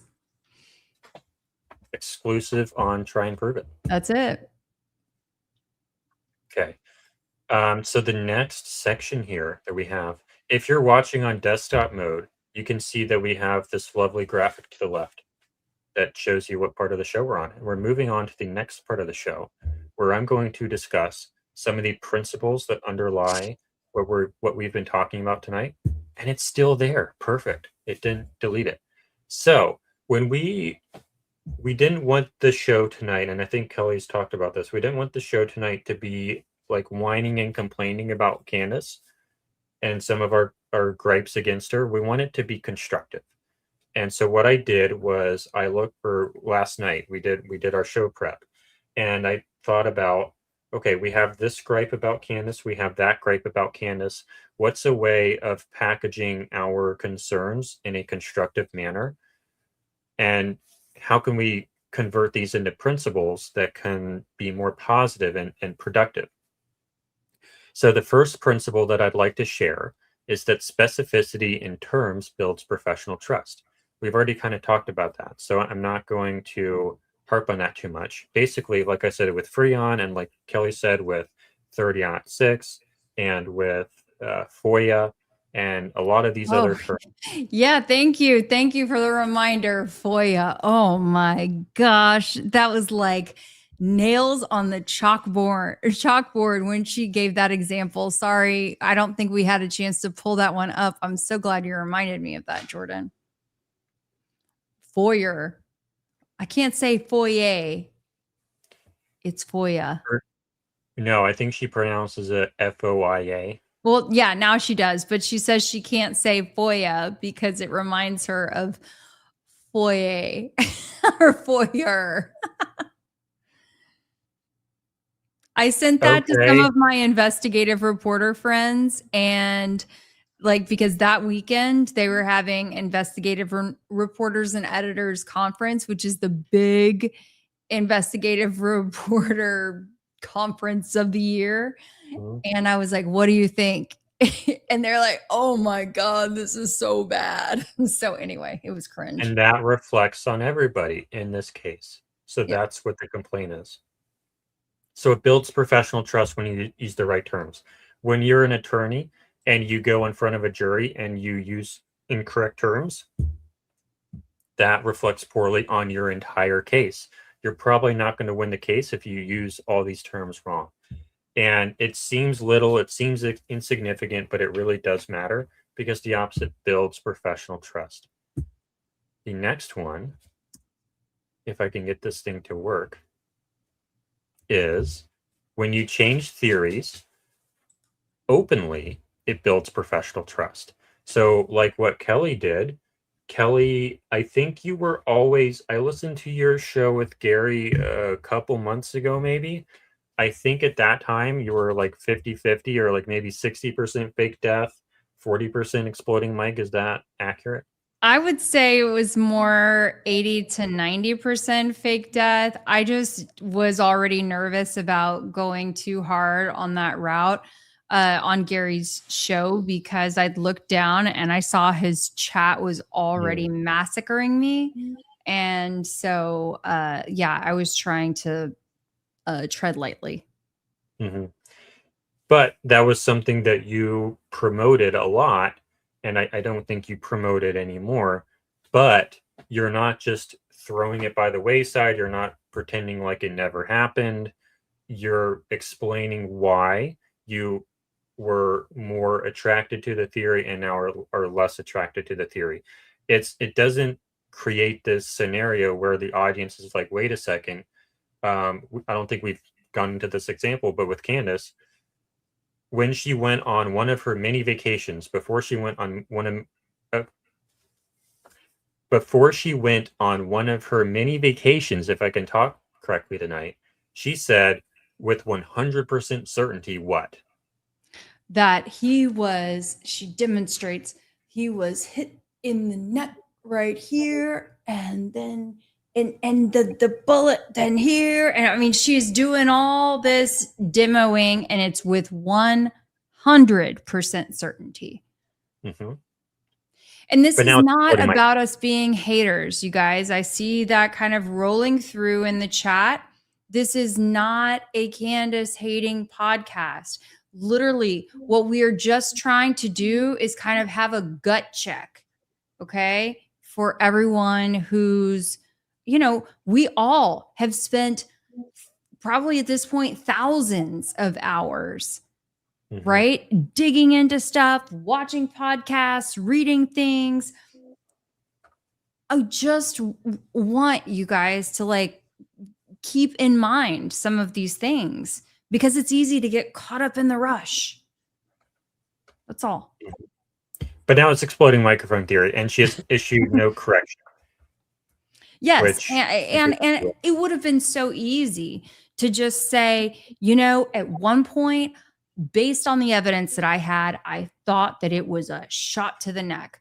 And I know that I told you guys that I was 100% sure that that's what it was. But now I'm considering this other theory.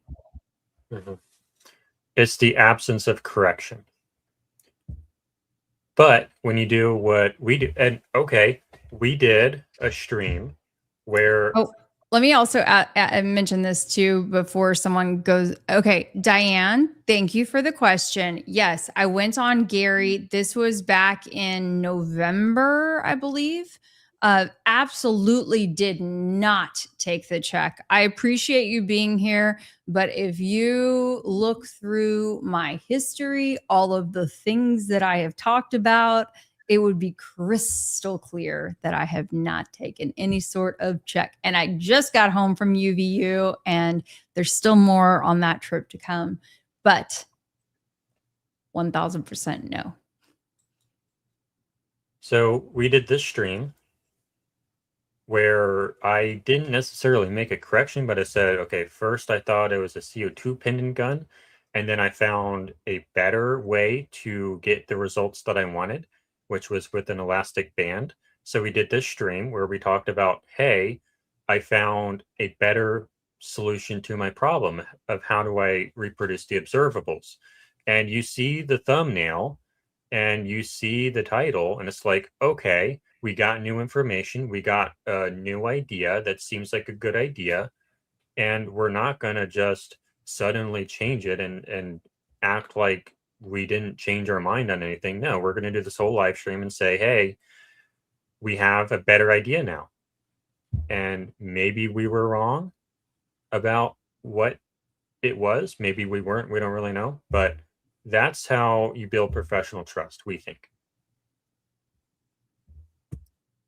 And then the next principle I would like to share is, let me see how fast I can get this in a new banner.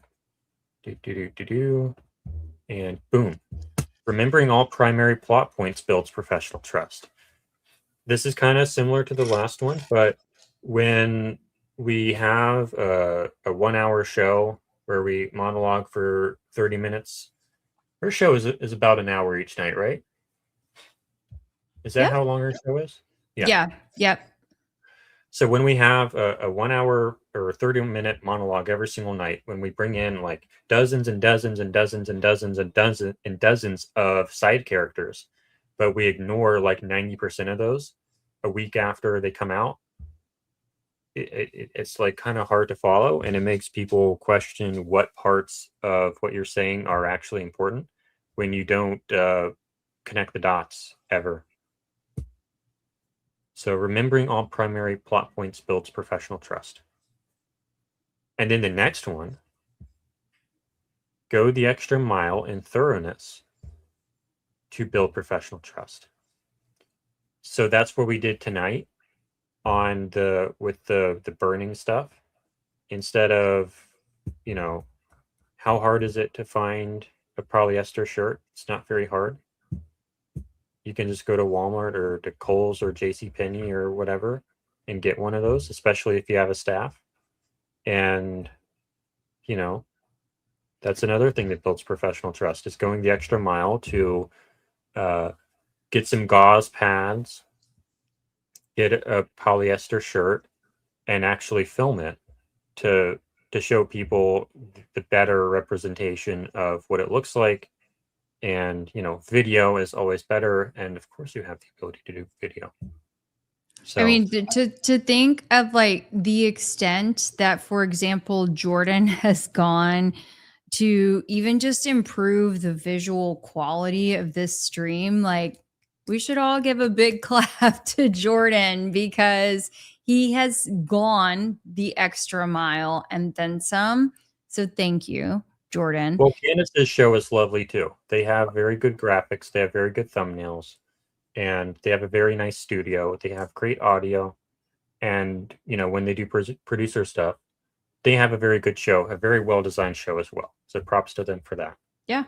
But when it comes you've done to it all yourself though, so. But when it comes to the investigation stuff, I think we could maybe have done a video for burning the shirt. My final point here is keeping theatrics out of real investigations builds professional trust. Let me see if I can fix that. I don't think it's going to like... That's okay. It's fine. It's fine. It's not, though, because what are we talking about? Building professional trust. So if I can fix that. There we go. We have accuracy here. So what are we talking about here? When we see an investigator playing games with TPUSA, like, oh, I'm going to withhold this evidence and see if they lie. That's what this is kind of talking about. That can be an effective strategy in a real investigation with law enforcement. Withhold evidence and try to catch the person in a lie. That's something that you do. But when it becomes a problem is when you're making it theatrical for the public to get views, to do cliffhangers, to get drama on your show. That's when it kind of crosses the line between a valid investigation technique and kind of crosses into just theatrics for the purpose of theatrics. And so that's the issue I take with some of the stuff that Candace does. It feels more like it really blurs the line between, is your intent to get more views, or is your intent to actually do real investigation work? And I feel like when those things are mixed together, it erodes professional credibility. So keeping theatrics out of it, I think, is a great way to stay on the right path. Absolutely. So look, we're all doing the best we can as we push forward every day. And we thank you guys so much for being here with us. Okay. Do you want to talk about UVU footage? Yeah, let's go. Okay. Well, are you guys ready for some never before seen UVU footage? Mm-hmm. These are, so this is going to be a video. Hopefully it works out okay, that I have not shared before. Awesome. This is going to be exclusive to Try and Prove It. Yep. Alrighty, let me load it in. And no laws were broken in the production of this footage. Well, that's what we hope. No, in this one there wasn't. Okay. In none of them there was. There was Yeah, no that's it. laws broken in any of them. That's it. That's it. Okay, let me see. Now I just have to figure out where, when I did my little transfer, the video went.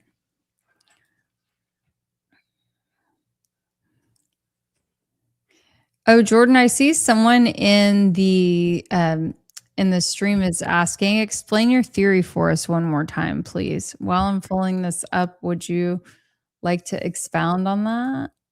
Let me see if I can pull that up so I know who I'm talking to. Lisa, yes, ma'am. Or I don't know how old you are. I called your kid sir last night anyway, so I'll call anyone ma'am or sir. An 8-year-old. Okay, so my theory, and it's relatively well aligned with Kelly's theory, is Charlie Kirk faked his death. And the reason why, from the technical end, is we see Charlie Kirk's shirt yank up to his ear like this. And it's like, okay, why does his shirt yank up to his ear when he's allegedly shot? There's a lot of explanations, the chief of which is probably cavitation. So his neck expands, and that kind of acts like a hammer on the back of the necklace, which yanks the pendant up. And then the pendant yanks the shirt up as well to his neck, to his ear. And that's why that happens. I don't think that's what actually happened, though, because the back of the necklace remains undisturbed on the back of the neck, and that is inconsistent with cavitation. And when you also line up high-speed footage of cavitation with the footage from UVU and like time synchronize it so that it's time synchronous, it doesn't line up. Cavitation is way too fast. The stuff that people are calling cavitation, the deformation in the neck, is way too slow to be cavitation. We shouldn't be seeing the deformation on frame 1, 2, and 3. We really shouldn't be seeing any deformation at all, actually. Maybe on the first frame, but we should not be seeing the deformation on multiple frames. That should all be over and done with within a very small amount of time. So I do not believe it is cavitation that is responsible for the shirt yanking up to here. So what is it then? We have a lot of contextual evidence that Charlie Kirk faked his death and that everyone was in on it, and that it's easier to do this. Like, we have a lot of evidence of coordination behind the scenes. And I know that at the trial or at the prelim hearing, we don't want to talk about any of the stuff that was happening behind Charlie within TPUSA on the day of the event. But we do, because we didn't come to our conclusion on day one like the feds did.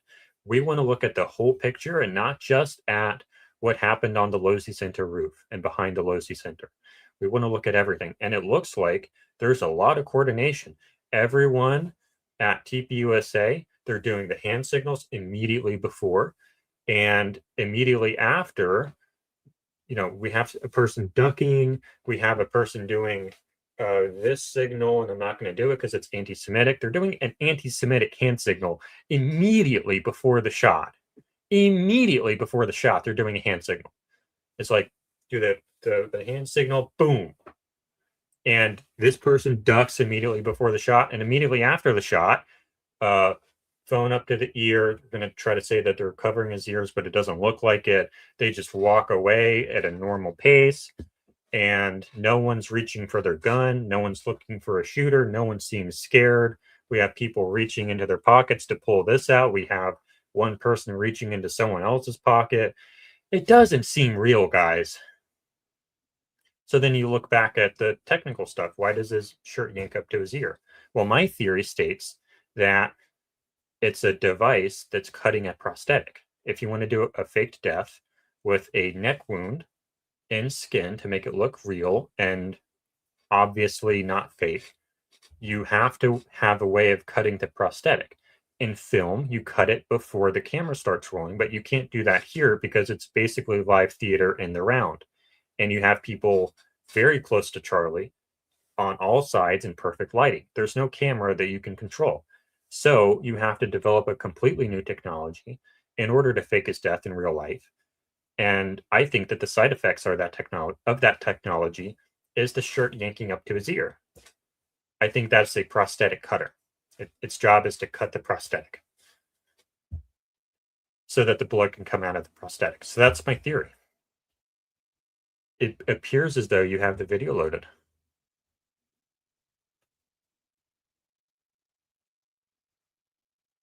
I think you said something, but you were muted. Yes, sorry, I do. I was also trying to load into my X at the same time because I saw someone, and this would be something that would be really quick that we could address. I can't find the chat right now because I'm trying to pull up my post, but asking me about if the TPUSA shills compared to Brandy and Billy last week, what was true, what was real. Do you want that on the screen now? Yeah. Let's see here. It is live now. Okay, cool.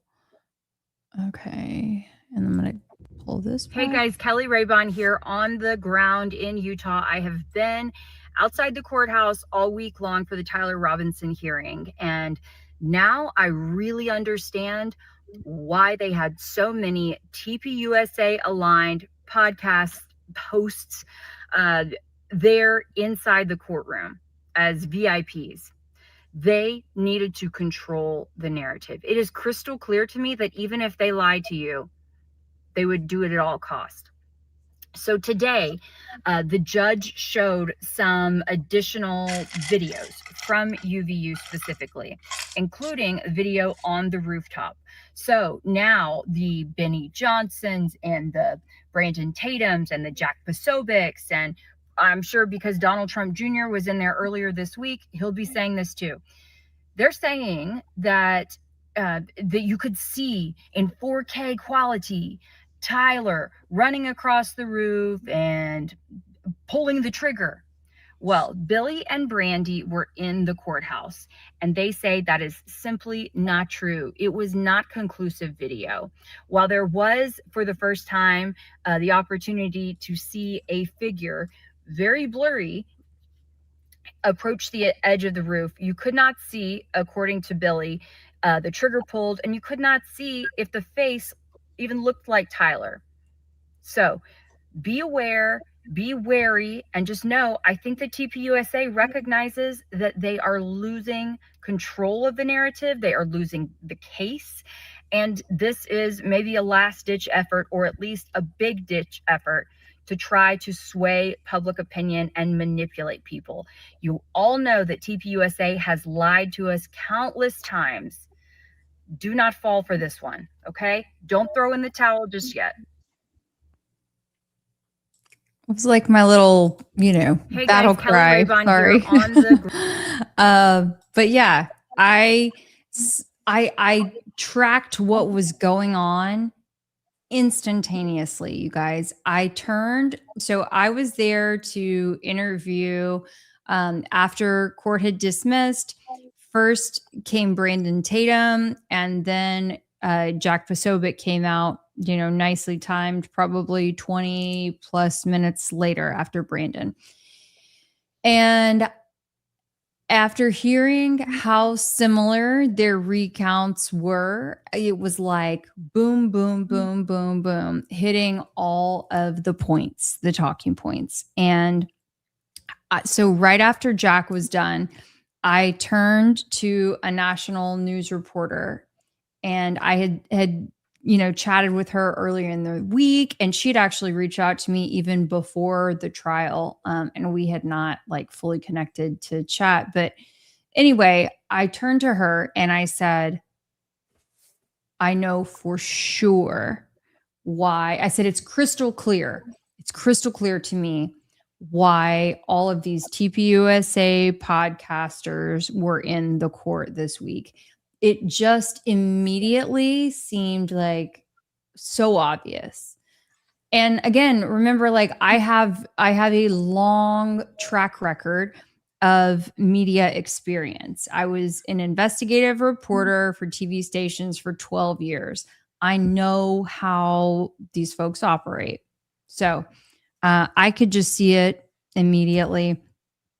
I wish that I would have talked to Billy and Brandy before those interviews, because I would have gladly asked both of those guys one-on-one, you know, why are you saying that the video looked like this when others in the courtroom say it was basically the same footage as before, but just zoomed in? Why are you calling it crystal clear HD video that you can make out his face and see him take the shot and all that when others say that you can't? I wish that I would have known that, but here's where we are. And to that point, yes, she is a real investigative reporter. I think this is some of her best work. Just type in Kelly Raybon, Demio. This is a really good piece. I think this is a masterpiece. You should check it out. Thank you. Thank you. Thank you. Thank you. Pause. Okay. Thank you. There's a whole host of stories. Laws changed as the result of my stuff. So, you know. Thank you. Tell us about this video. Okay, so right after I filmed that little selfie video, then I was sitting in my rental car. Then I hopped out and started doing this walk. And essentially, I see the hair. How did I get so much volume? I don't know. It was a lot shorter. It was teased. News hair. But anyway, so I was walking. So right after I finished that other video, I decided to do the walk that allegedly Tyler or someone had done, as best as I could kind of figure out on the fly. I was holding so let me forewarn you, I was holding my cell phone and I was holding this little DJI Osmo camera, which I was hoping was going to work, but I realized quickly that it didn't work. So anyway, forgive me for a second at the beginning here while I have a little mishap, but this is the first video that I think this is the first spot that I think Tyler was captured on camera. And interesting thing, we can start rolling it. Yeah, real quick though, we have a $2 super chat from thank you, Harrison Project. Thank you for the $2 super chat. Love and respect to all investigative journalists working for CK. Thank you, thank you, thank you. We appreciate you being here. So feel free to go ahead and roll it, and I can kind of roll it. Go ahead. I think you should have control. Yep, there we go. So that was my other camera trying to start rolling. But in this house, it was interesting to me that there are actually 3 cameras. And those are the WISE cameras, WYZE. There are a couple of cameras on that house. I think I see 3 of them.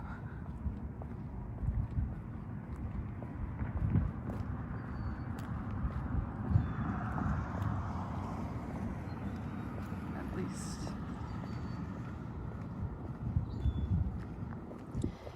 Neighborhood was so quiet. That sign says private driveway, no UVU, something. Well, that's when my other camera died. Well, wasn't accepting the card. So this was on your phone. Sorry, had to Yes. clean my So I lens. cleaned my lens and was like, we're going with it. Sidewalk. Because I got you the wrong card. It's okay.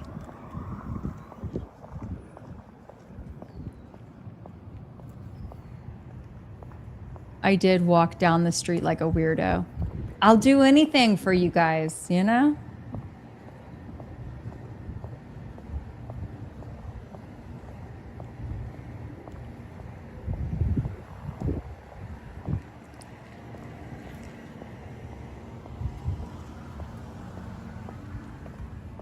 I maybe, put more feet on the ground than the police. I don't know. The only thing that I could have done better was go and knock on all of the doors and ask. And I'd like to do that Well, next time. you would like to do that not alone. I'm not scared. I feel like if needed, someone could get through there. But we're just checking things out.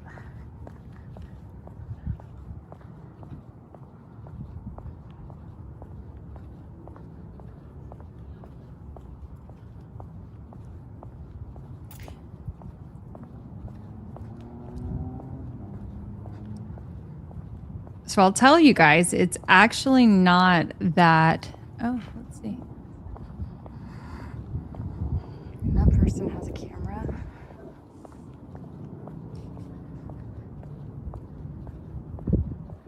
It's not that far. So we're about to get to something interesting.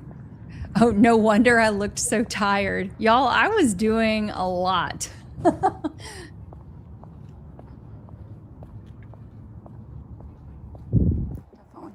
walk around back there.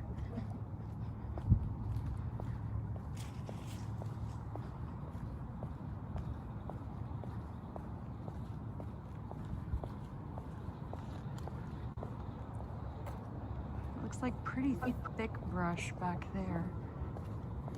Now There's no this dogs is barking. Okay, no dogs UVU barking. property.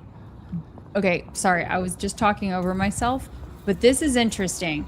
So I don't think anyone else has reported this, but this is UVU property.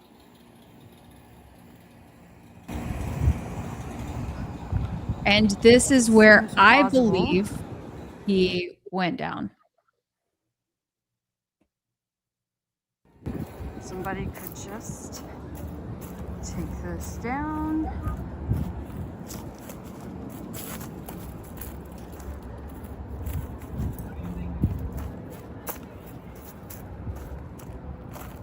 Now, there are also stairs that they just built over there.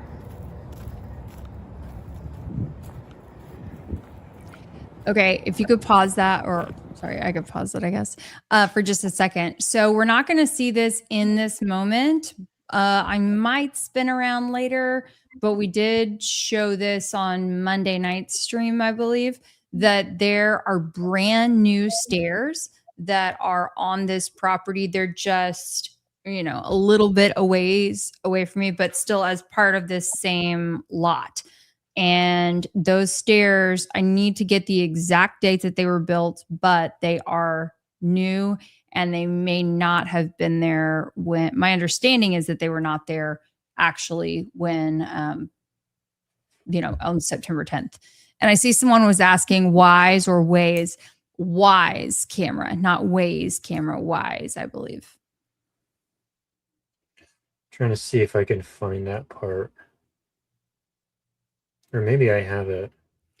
And also, I will see. I noticed that some folks have said, "Wow, this is like a really nice neighborhood, but it also kind of feels a little weird." Yeah, it felt a little. I mean, it was a beautiful neighborhood. Just felt a little like Stepford Wives or something. I didn't see anyone out and about and walking.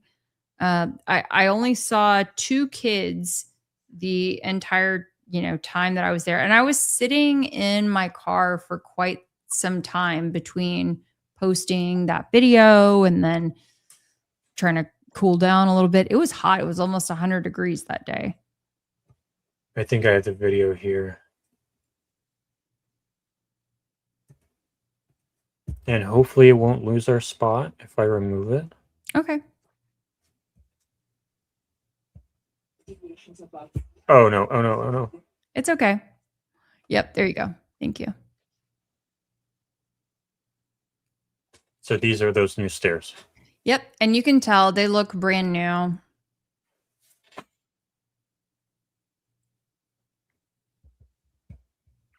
So you do not believe these are the stairs he took? I don't believe so because my source says that they were not built yet, but I just need to verify that with official records.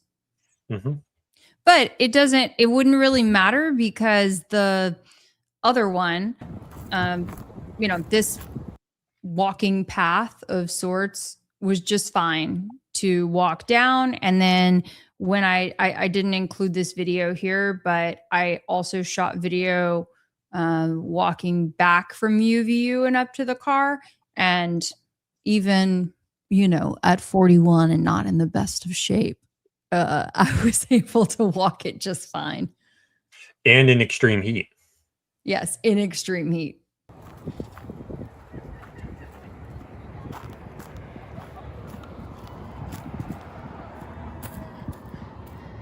Y'all see where we're at? So in that moment, when I say y'all see where we're at, I was pointing directly to the Losi Center rooftop, that corner.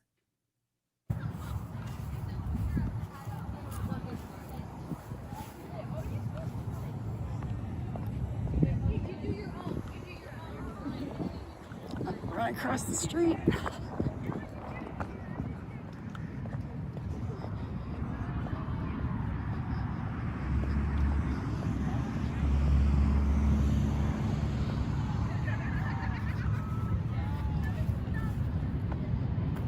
And that's where you cross the street, isn't it? Mm-hmm.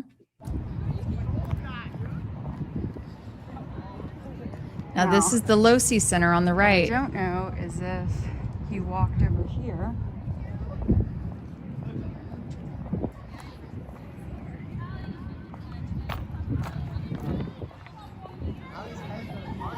That's literally the corner where he would have.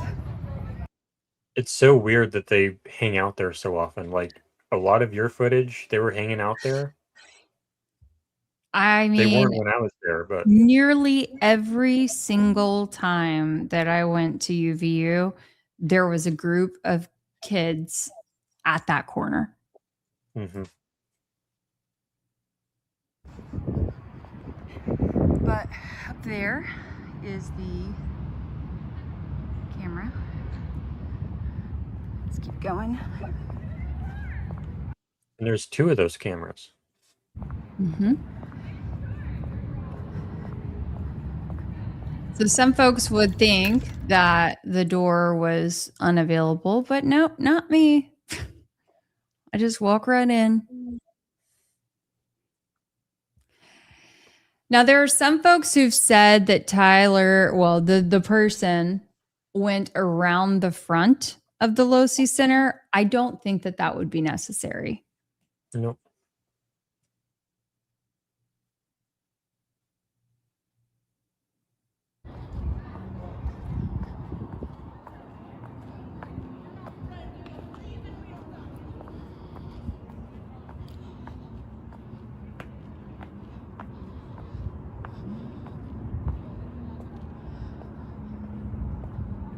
Okay, here we are.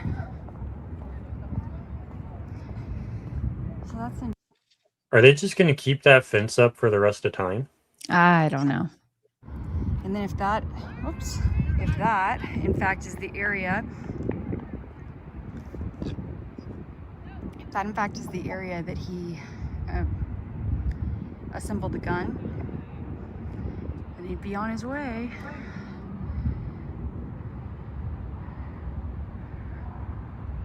Let's see if it'll focus, sorry.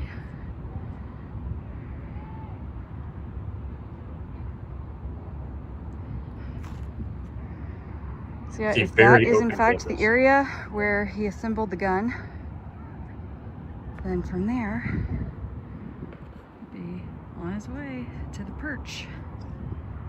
You know what's so weird, Jordan? I didn't notice that. Yeah, next time I need a water boy. I didn't notice. I don't know if you're able to go back a little bit. Sorry. When I was zoomed all the way in, it almost looks like a cross at the top. Oh, that's just a power pole. Okay, but I mean, it's kind of, I don't know, coincidental.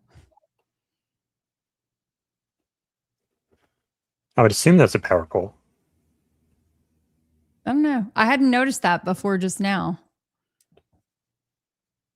I think it's a power pole. Just But maybe interesting. not. I don't know. Yeah, that's interesting. We'll have to look at that later.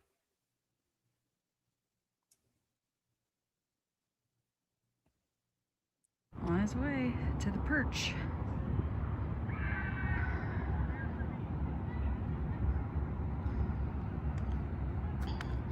And then from here, I just don't understand why you would go and run off that side versus making a run for it back here, so that way you know that you're safe, and then maybe jetting off that way. I understand that you may not want to go back through the building to get back to the neighborhood, but it feels like there are maybe some other places you could go to hide.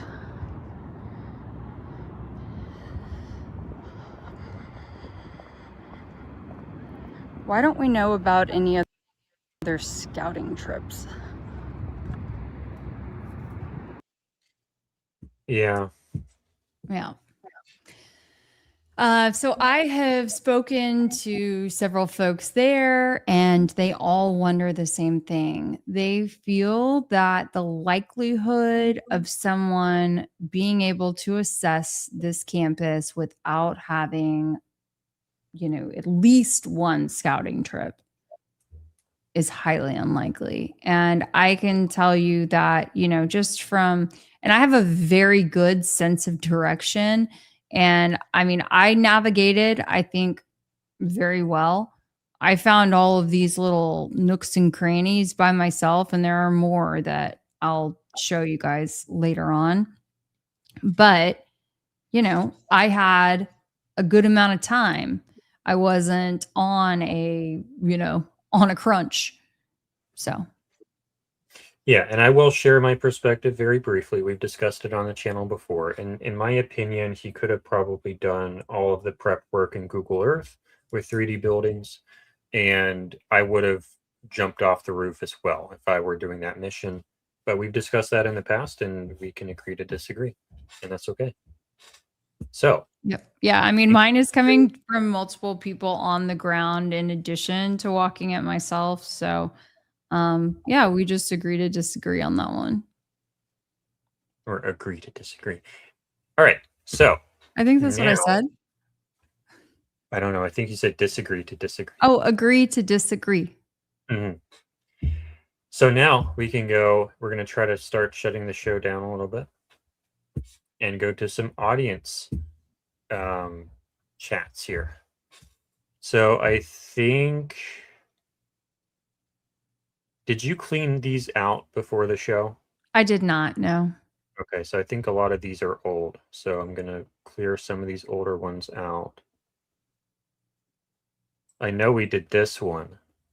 So I know that one's old. Okay, I think this one's new. Candace's show is where evidence goes to die. That really I don't know if I agree with that, Ruby. Because, I mean, exploding microphone theory went there to get a whole new life. I don't know what exactly they mean by that. So, okay. I guess you don't have thoughts on that. Snake Baby says. Sorry, no, I was just typing back. Okay. Did you have thoughts on that? Candace's show is where evidence. Yeah, of course I do. I think that, and I've noticed that theme several times in the chat from folks.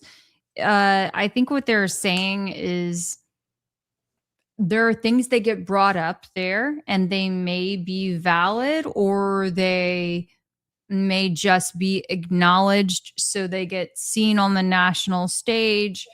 Maybe they send people down some rabbit holes, but oftentimes they don't come to fruition. Mm-hmm. And that's what we were talking about earlier with the completely forgotten about side plots. Snake Baby says, Kelly, I've been trying to put everyone onto the Cassidy Campbell angle for months now. Do you know what that refers to? I don't. So Snake Baby, you're going to have to refresh my memory or let me know. I'm sorry. I'm normally pretty sharp on all the things, but I cannot remember what that one is.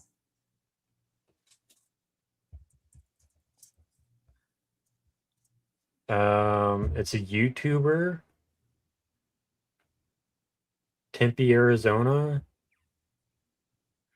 I don't know what the connection there is. Gary says, thanks, Kelly, for grabbing video. Oh, Snake Baby. Okay. It's the guy I sent to Muppet today. Oh, thank you. Thank you. Thank you.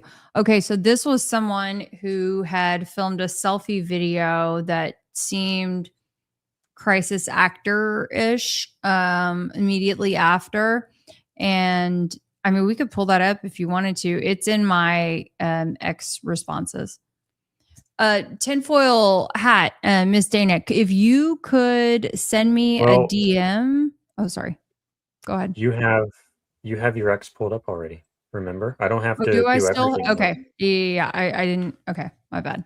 Here, let me pull that up. Okay. I don't have to do everything anymore. Oh man.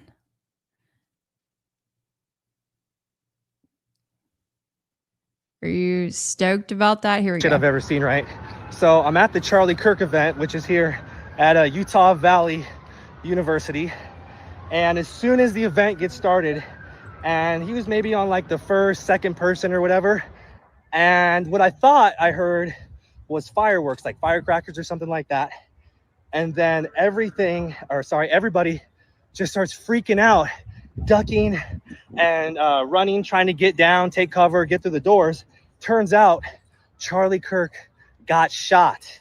Yes, Charlie Kirk got shot. There's multiple people that were telling me how they saw like he was shot like around this area and like blood was like oozing out of that area and stuff. Dude, that's absolutely insane. But no more shots were fired after that. Like they shot Charlie Kirk and just completely stopped. I don't know what the hell's going on because, you know, there should be, you know, more police and stuff like that. This is a massive event at Utah Valley University. There's tons of people and there's terrible policing, which is insane, you know, because you never know. There might be some crazy ass person out there with a gun and look what happened today. So, see, look at this. You hear the police sirens, everything. Dude, that is scary. I've never had anything like that happen. And, you know, let me tell you, man, just because you don't agree with somebody doesn't mean you should try to take their life, man. That's messed up, you know? Like, you know, I'm not even a fan of Charlie Kirk. I disagree with him on a lot of stuff, and I think he's a shill. But, dude, that's so wrong still. Like, why would somebody try to take another person's life just because they disagree? I don't know, dude. At the end of the day, man, just don't take your life for granted. Hopefully he's okay, man. I really, really hope Charlie Kirk is okay, regardless of our differences in opinion, man. I hope he has a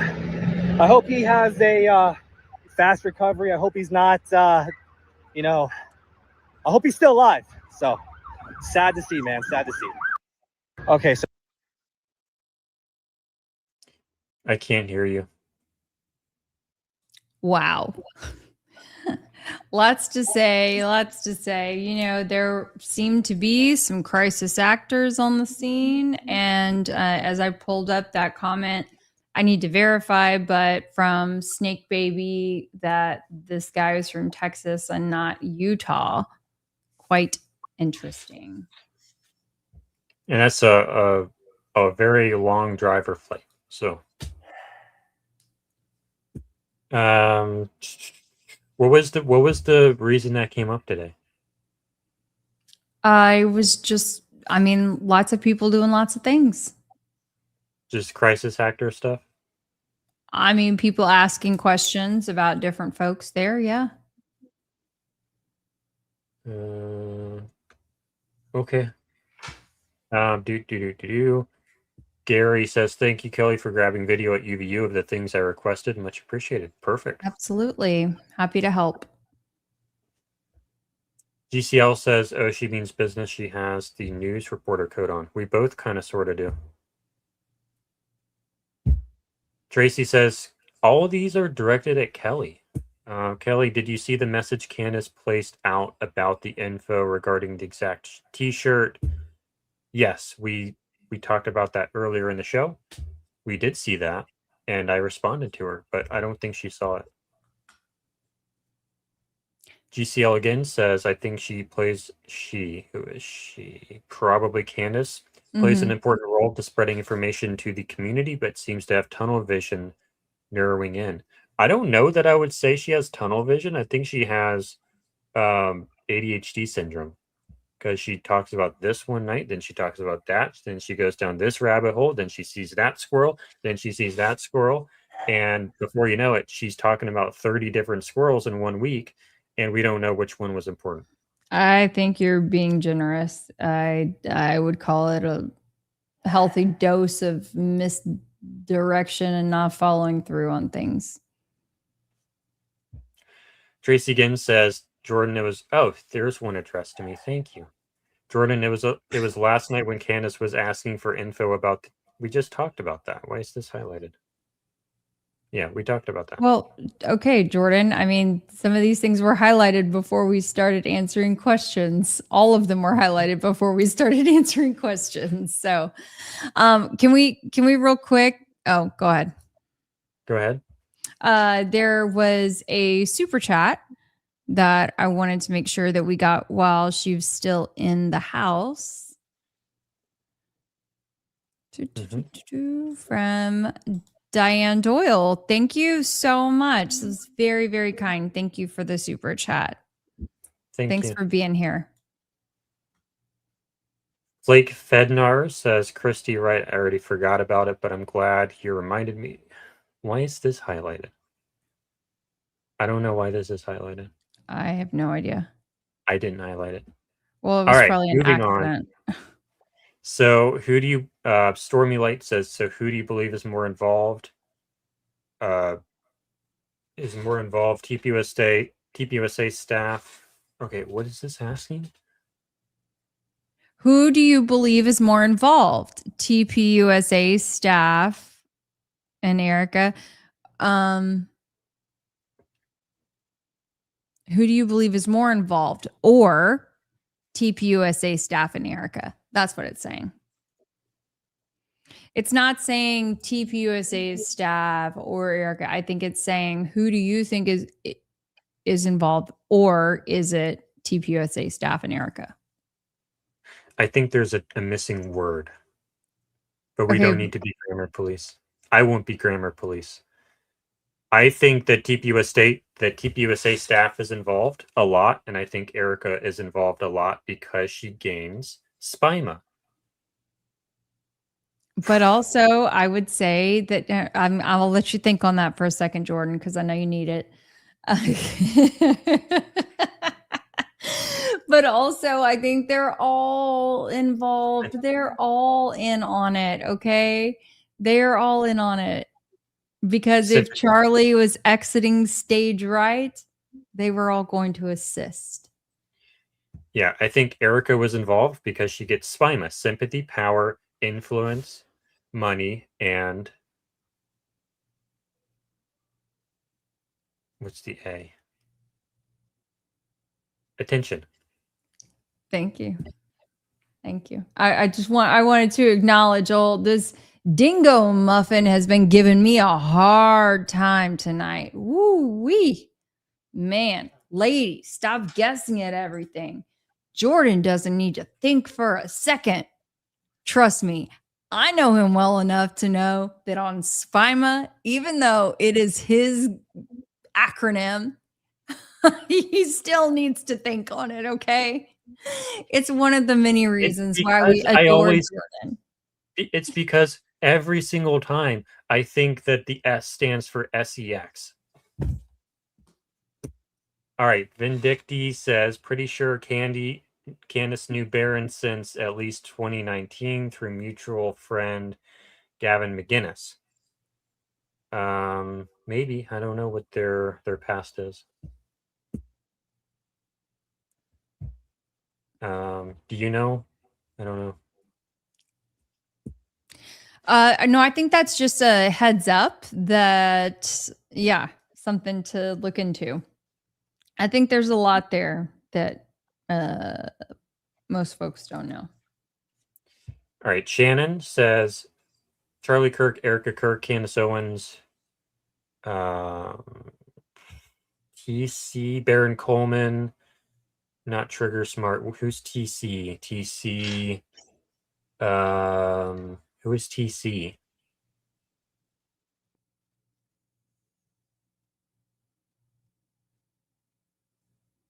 Chat, help us out. Who's TC? Tucker Carlson. Thank you. Mm-hmm. Tucker Carlson, Baron Coleman, and others are all ops working for Trump's deep state. They all know he's alive. Wait, they must not have. Yeah. Candace, Tucker. I don't know about Tucker. I think Candace knows he's still alive. After her meeting with Erica, I think she found out. Baron Coleman, I think he might know that he's alive as well. Maybe. I don't know about Tucker though. Yeah, I think Tucker, because Tucker, he went to Tucker's house allegedly right after one of those like final group meetings. I don't know if the Hamptons or whatever, but he went to go see Tucker. You mean Charlie went to see Tucker? Yes, he. That's who we are talking about. You did that on the phone earlier. Started with he, and I'm like, who are you talking about? All right. Peter says Charlie Kirk fakes assassination to initiate a controlled demolition of TPUSA. That's your theme, Kelly.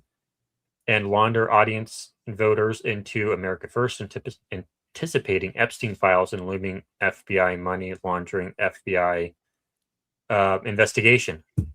But that's basically your theory of a controlled demo of TPUSA with your video, Erica. Mm-hmm. Erica's exit. Erica's exit. Yep. B5FOFUM asks, why don't you watch Baron anymore? I think they're talking to me. I think I answered that though. You did, but you started. Mm-hmm. I started. Like when you recommend a Baron episode, I will oftentimes watch the wrong Baron episode, but I'll enjoy it anyway. And then I'll watch the correct one. But it's always entertaining. But he's on 5 different theories. He's, I think, landed on exploding microphone. And I just have a very hard time trusting anyone who lands on exploding microphone. Ruby says it was extreme. I was exhausted just watching along. I think they're probably talking about last week. They were exhausted just watching the prelim hearing streams with us last week. Dominated my life. Yep. Yeah.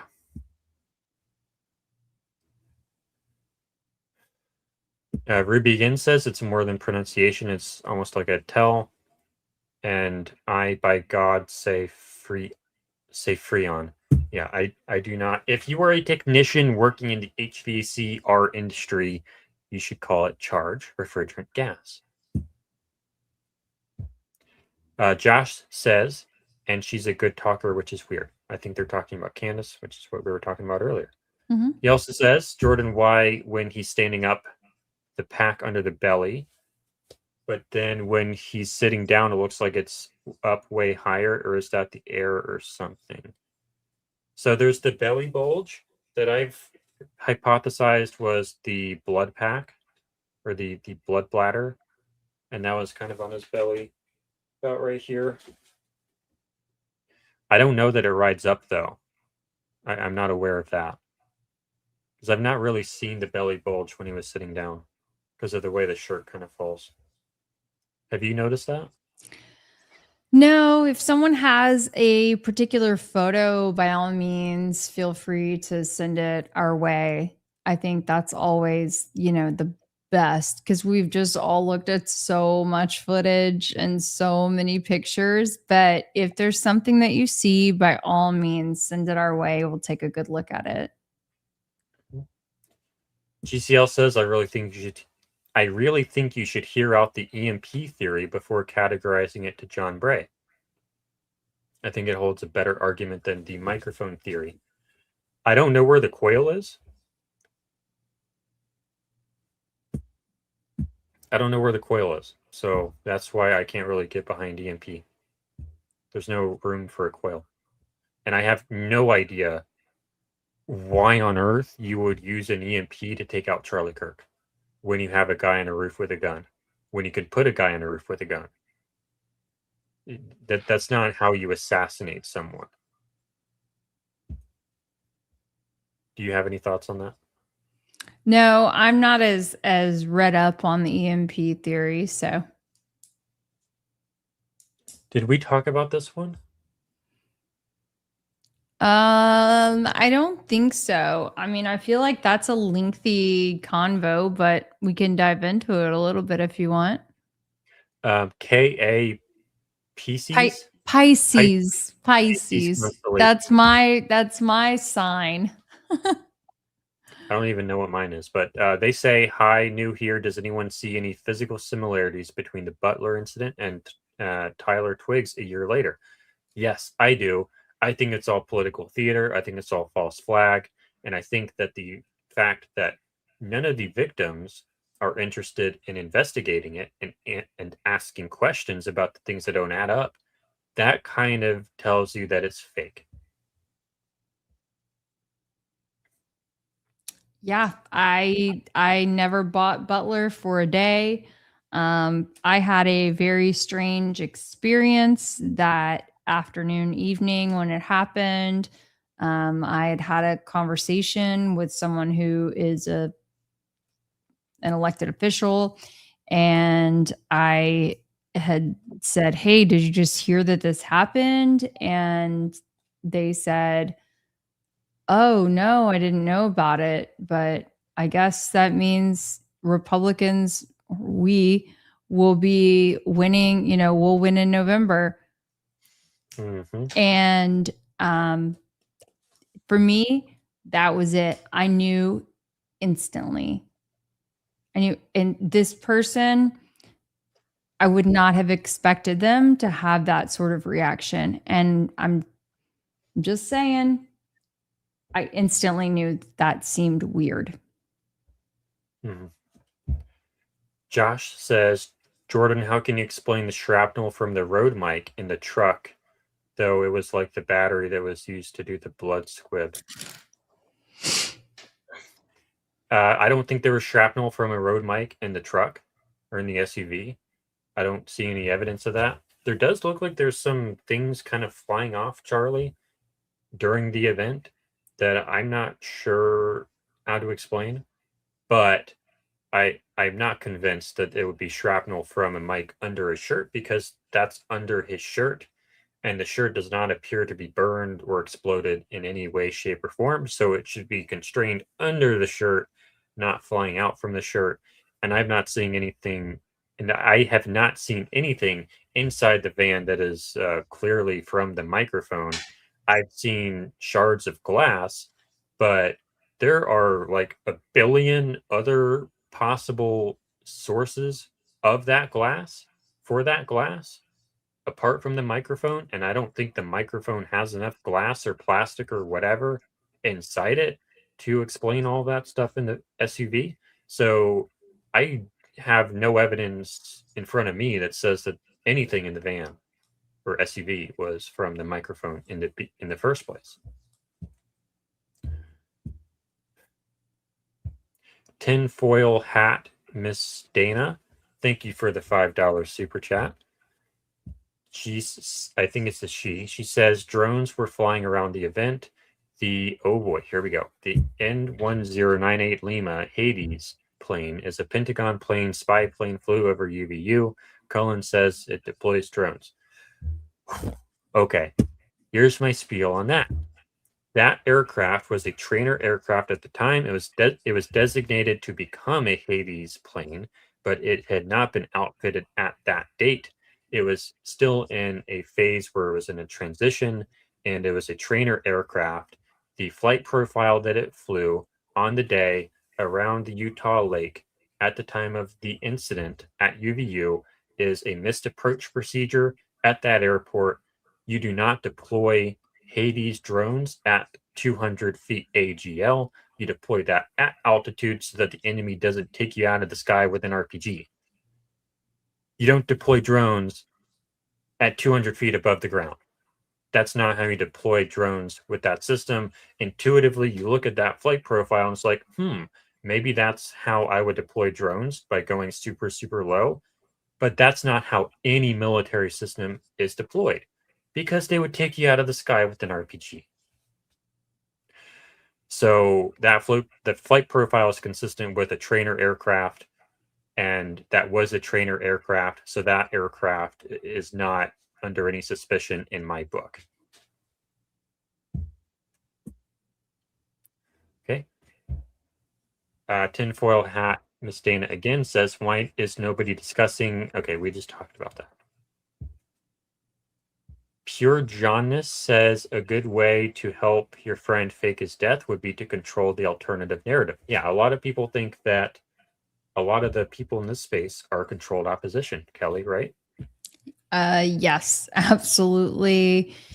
It kind of feels like you're playing whack-a-mole when it's like kaboom, kaboom, kaboom, and then like more of them pop up. It's a mess. And there's a lot of drama in this space that I think is just trying to get us distracted. Totally. Get us to all fight with each other. Yep. Garrison Project, thank you for the $2 super chat. They say in South Dakota and California. Oh, they're saying that they're in San Diego, California. San Diego. Thank you. Please let me know if you need anything here. I don't think we do.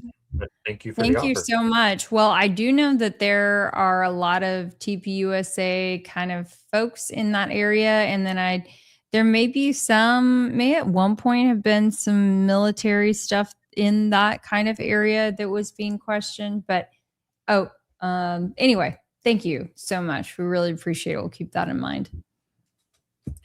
Okay. There's a system to deploy drones at 200 feet AGL. I don't think that there is. Hades does not deploy it at that altitude, I do not believe. But I mean, if you were to custom design a system to do that, I'm sure you could, but that is not consistent with the Hades platform. I don't know that we have any other pressing chats. Well, this has been fun. No, I mean, I think that's about it. It's been wonderful. I think we covered a lot of ground. Thank you so much, Jordan, for taking the time to experiment, to do that live, show us all, a variety of different things being burned. Mm-hmm. Everybody loves fire. So that'll do it for tonight, and stick around for a little while after we click the button, because we have an outro video now. So I'll let Kelly hit the button. All right, you guys, thank you so much. And we will see you next Thursday. And who knows, maybe before then too. Please make sure that you are subscribed to Try and Prove It, and to Jordan Henshaw, and to Kelly Raybon. Thank you so much. Oh, hold on. We got one more super chat coming through at the end. Tinfoil hat, Miss Dana, thank you for the $5 super. Under oath, UVU security man said yes when asked about drones at the event. She asked if there were UVU drones, and he said no. Interesting. It could have been the media people at TPUSA, because we do have information that like the media department got some footage for the video or something. Yes, but interestingly, did not allow supposedly Andrew Ferrasi, who was one of, if not the only, like contracted videographers, and it was his photographers. It was his very first time there. He was told that he couldn't fly a drone. Mm-hmm. So many strange things. And of course, Brian Harpel had said no drones. Questions on questions. All right. Good night, everyone. Good night. Good night.